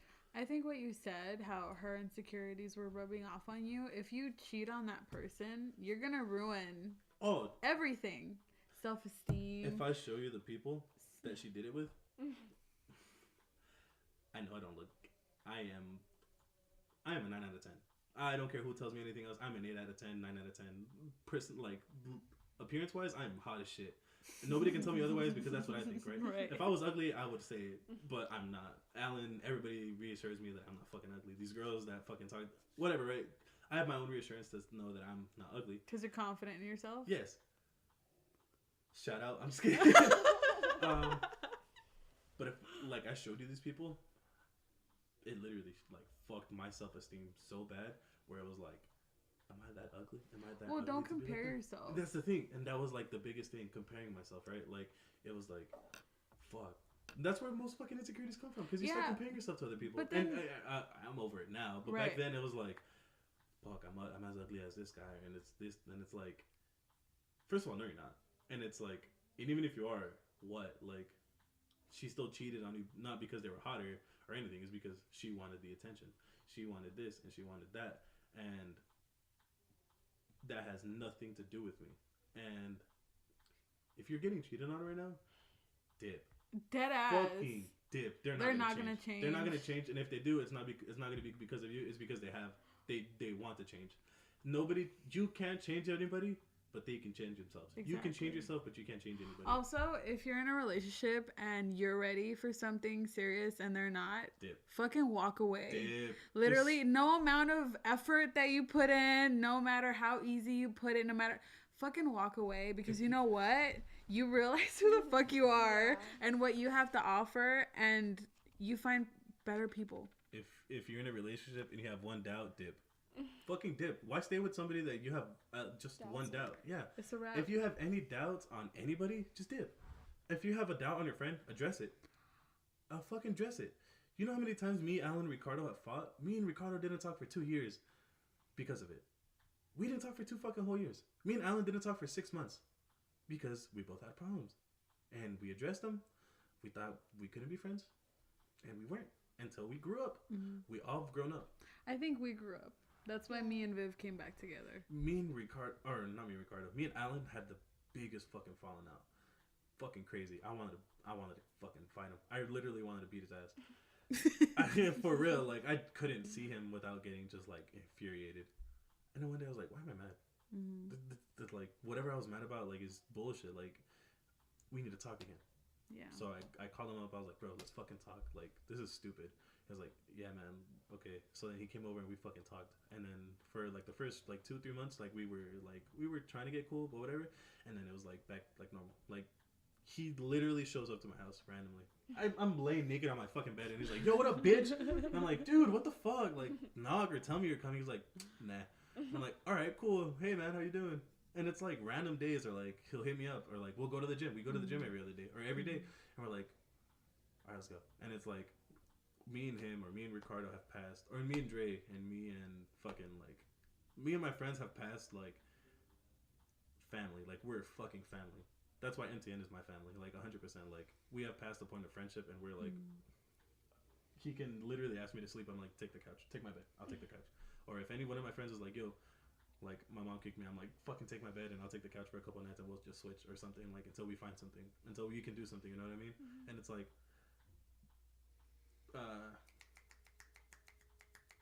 fuck, I hate fucking. Well, I'm excited to interview you all because I want to see the dynamic. I want to see how you all are together. We are completely different. I'm telling you that right now. Oh, like, I know you're all different. No. Like, so the thing that makes us so diverse is because we're all think completely different. Right. So I don't have the same views that Alan and. So Ricardo now and Dre have. imagine like the other different heads here, like where this would go. We would fucking talk for how long is this going for? Like 2 hours now? Yeah. Like fucking, we would talk for like 4 hours straight, like nonstop. But I mean, I'd be down. That's the point. Next week, watch out for MTN podcast. We're taking Andrea's idea. Fuck yourself, Andrea. We're gonna call it soul food, but like the MTN? U with the 2 on top. With the 2 You dots squared. on top. Yeah. 2 dots. The food, like the fucking FUD. From Food City. Yeah. Fuck, dude. Bro boys. Deadass would be like that sometimes. Fuck. You have anything you want to add? No, I enjoyed this a lot listening to you guys, and my brain was just like, it opened my. I feel like I left something open. I feel like the last conversation I was talking about something. What were you talking about? Insecurities, and then friendships, and then I went somewhere. Oh, right. If you have a problem with somebody, address it. Quit being such a bitch. Like, I agree. There's nothing more relieving. There's nothing more like something off your chest than just talking about it. I think also you close that cycle because that problem's still gonna be there, and it's never. You need to close, like you said, you need to close it. You need to address it so you can leave. If you and can't walk be away. friends with somebody, it's because you guys outgrew each other. You guys don't think the same anymore. And me and Ricardo or me and Alan don't have the same views on anything. Like Ricardo is like about some politics or whatever. Like we don't connect, but because we can learn to be with each other is why we're good friends. Or because like we don't step over our boundaries, or we don't like, we're not shit people. We can be friends. You know what I mean? So like when you address something with somebody, it's like you're giving them the respect that they deserve, and you're respecting yourself. Because when you have a problem with somebody, it's in your head. It's in your head, and you're not gonna stop thinking about it until it's addressed. And so why not just to fucking address it? Like, And I'm trying to sleep at night. Yeah, I'm not trying to. oh, I was like, what does that have to do with this? No, Andrea? What the no. fuck does your sleep schedule have to do with what I'm talking No. about? I'm trying to sleep at night, and Yeah. once I address it, Yeah, I'm cool. Like, I'm going to Exactly. sleep, and then once we talk about it, if we're friends or not, it's gonna have, like, if we're not friends, then we're not friends. If we're friends, then we're gonna fucking kick it again. Like, it doesn't matter. And, man, has MTN had that. Fuck. Yeah. Finding the ads for everybody, right? shout everybody out right now. I have to. Let's see. And then where everybody can find you and your music. Fuck. Can we link it instead? Oh yeah, of course. All right, so MTN. Shout out MTN CLMBRS. That's on SoundCloud. And on Twitter, you can follow us at MTN CLMBRS. You can follow Ricardo, the filming dude. Let me find him. At Sorta Ricardo. SORT. S as in Sam. Yeah. Oh. And then Dre, the producer and the amazing rapper, at Sensei_Dre. Fucking gangster. We'll have links, I think. Yeah, hopefully. we will. Cool. We'll have links. Yeah, well, thank you guys for having me. That was fun as shit. Yeah. Thanks for listening. Thanks for listening. Yeah. Thank you for the 2 people who are going to listen to this. I love you, Mom. You too, other mom. Have we addressed everybody now? Talked about drugs and shit. I feel like we can talk about more. Would you guys ever be down for DMT and acid and stuff? Yes, but not yet. All right. Yeah, but not yet. Yes, but not yet. Me and Andrea always talk about it. We're gonna have a mental breakdown. If I need to like build up to it. You know, I'm there yet, but I'm not there yet. I need to like my ego always tries to take over. Ooh. So that's what I need to work I get bad on. paranoia. I get bad Yeah, paranoia. I'll get Exactly. paranoid. Yeah, I need it to be like a nice setting. Fucking weed. I started like, who am I? No wait. Where are you? Yes, Who are you? last And night. it's like, dude, I get like, I was like, I'm going into a new dimension. I need to hang on. Dude, it's like, one time I was like, Hold on. This was even only on 3 hits, bro. Oh yeah, I was on the I took floor. a fat dab. No, it wasn't a dab. It was a fucking like pen hit. It was a pen hit, but I took like a 10-second hit. I was like, and then it came out I was like, oh my god, I'm gonna die. So then I was chilling, and I'm like, where am I? I think my ex was like, you're at your room, and I'm like, who are you? And then like Dre was him, and was like, you're chilling. I'm like, I'm what? And then he'd be like, you're good. I'm like, how do you know? And it's like, it just gets in my head, and it was a loop for 4 hours straight. 4 hours just bad, like getting like, I get really bad paranoia, and then I start hallucinating.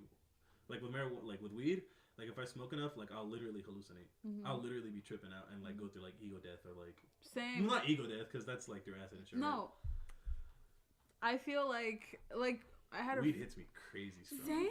Like I feel like it fucks me up harder than fucking anything No, else. you know what it does to me? It pinpoints every insecurity I have. Ugh! Literally every single one, and I'm like, why am I being so fucking weird right now? Yeah. Or it's like, am I high? I'm too fucking high for everybody. Am I ever not? Yeah. Am I not Are they gonna be watching high? me? Am I being filmed right now? Am They're I- gonna take a picture. Am I too high for everybody? Are they fucking? I bet they're making fun of me. They're not as high as I am I in your Are space? we all gonna be this high forever? Fuck. Are you good? Cause I'm high. Who's gonna take care of us? It's fucked up, dude. Literally. Actually, literally. With a person that I was really close with, I would smoke a lot with this person, and fuck, like I would have the best fucking highs, fucking amazing highs, like the best highs I've ever had in my entire life. I can't have those anymore. Damn. Well, you can find that space again. But some people are ones. I don't really like being high all the time, or I don't really like even like smoking a lot. Like it's cool once in a while, It's but cool, yeah, once in a while. Like, but I you can't need just to- like. I get like a hangover day the next day. Really? I'm like, I get Yeah, I depressed still right feel. after. I still felt it this morning. I still feel kind of like when I came in here, I was just like, oh, like. I'm high as shit. Fuck, I'm Still. zooted. Like still, I just feel still. The fuck is feel Kenny doing up there? But yeah. Dude, fuck, that's crazy. yeah. Yeah. But I'd be down. I know I'm crazy, but I kind of want to do ayahuasca just to like see what's up. Same. I want to do But DMT.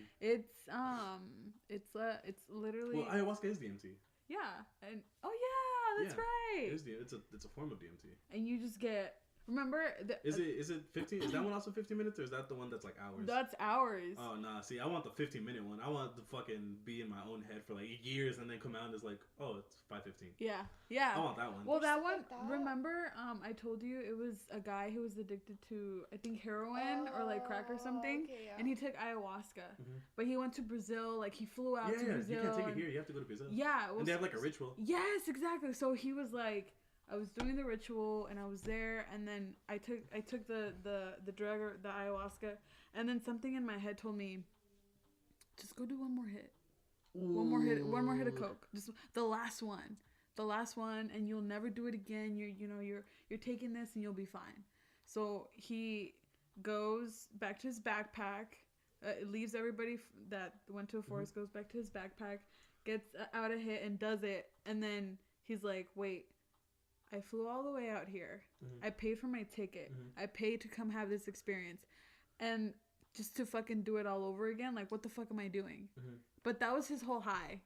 He was high. He hallucinated himself ruining that opportunity, and he never did crack. He didn't ever get up again. out of his No, place. that was his trip. Like his trip was like him imagining himself Exactly. going to. He didn't move from where he was at. No, That's his trip was him ruining his life, and his trip was, this is what's gonna happen if you don't fucking stop right now.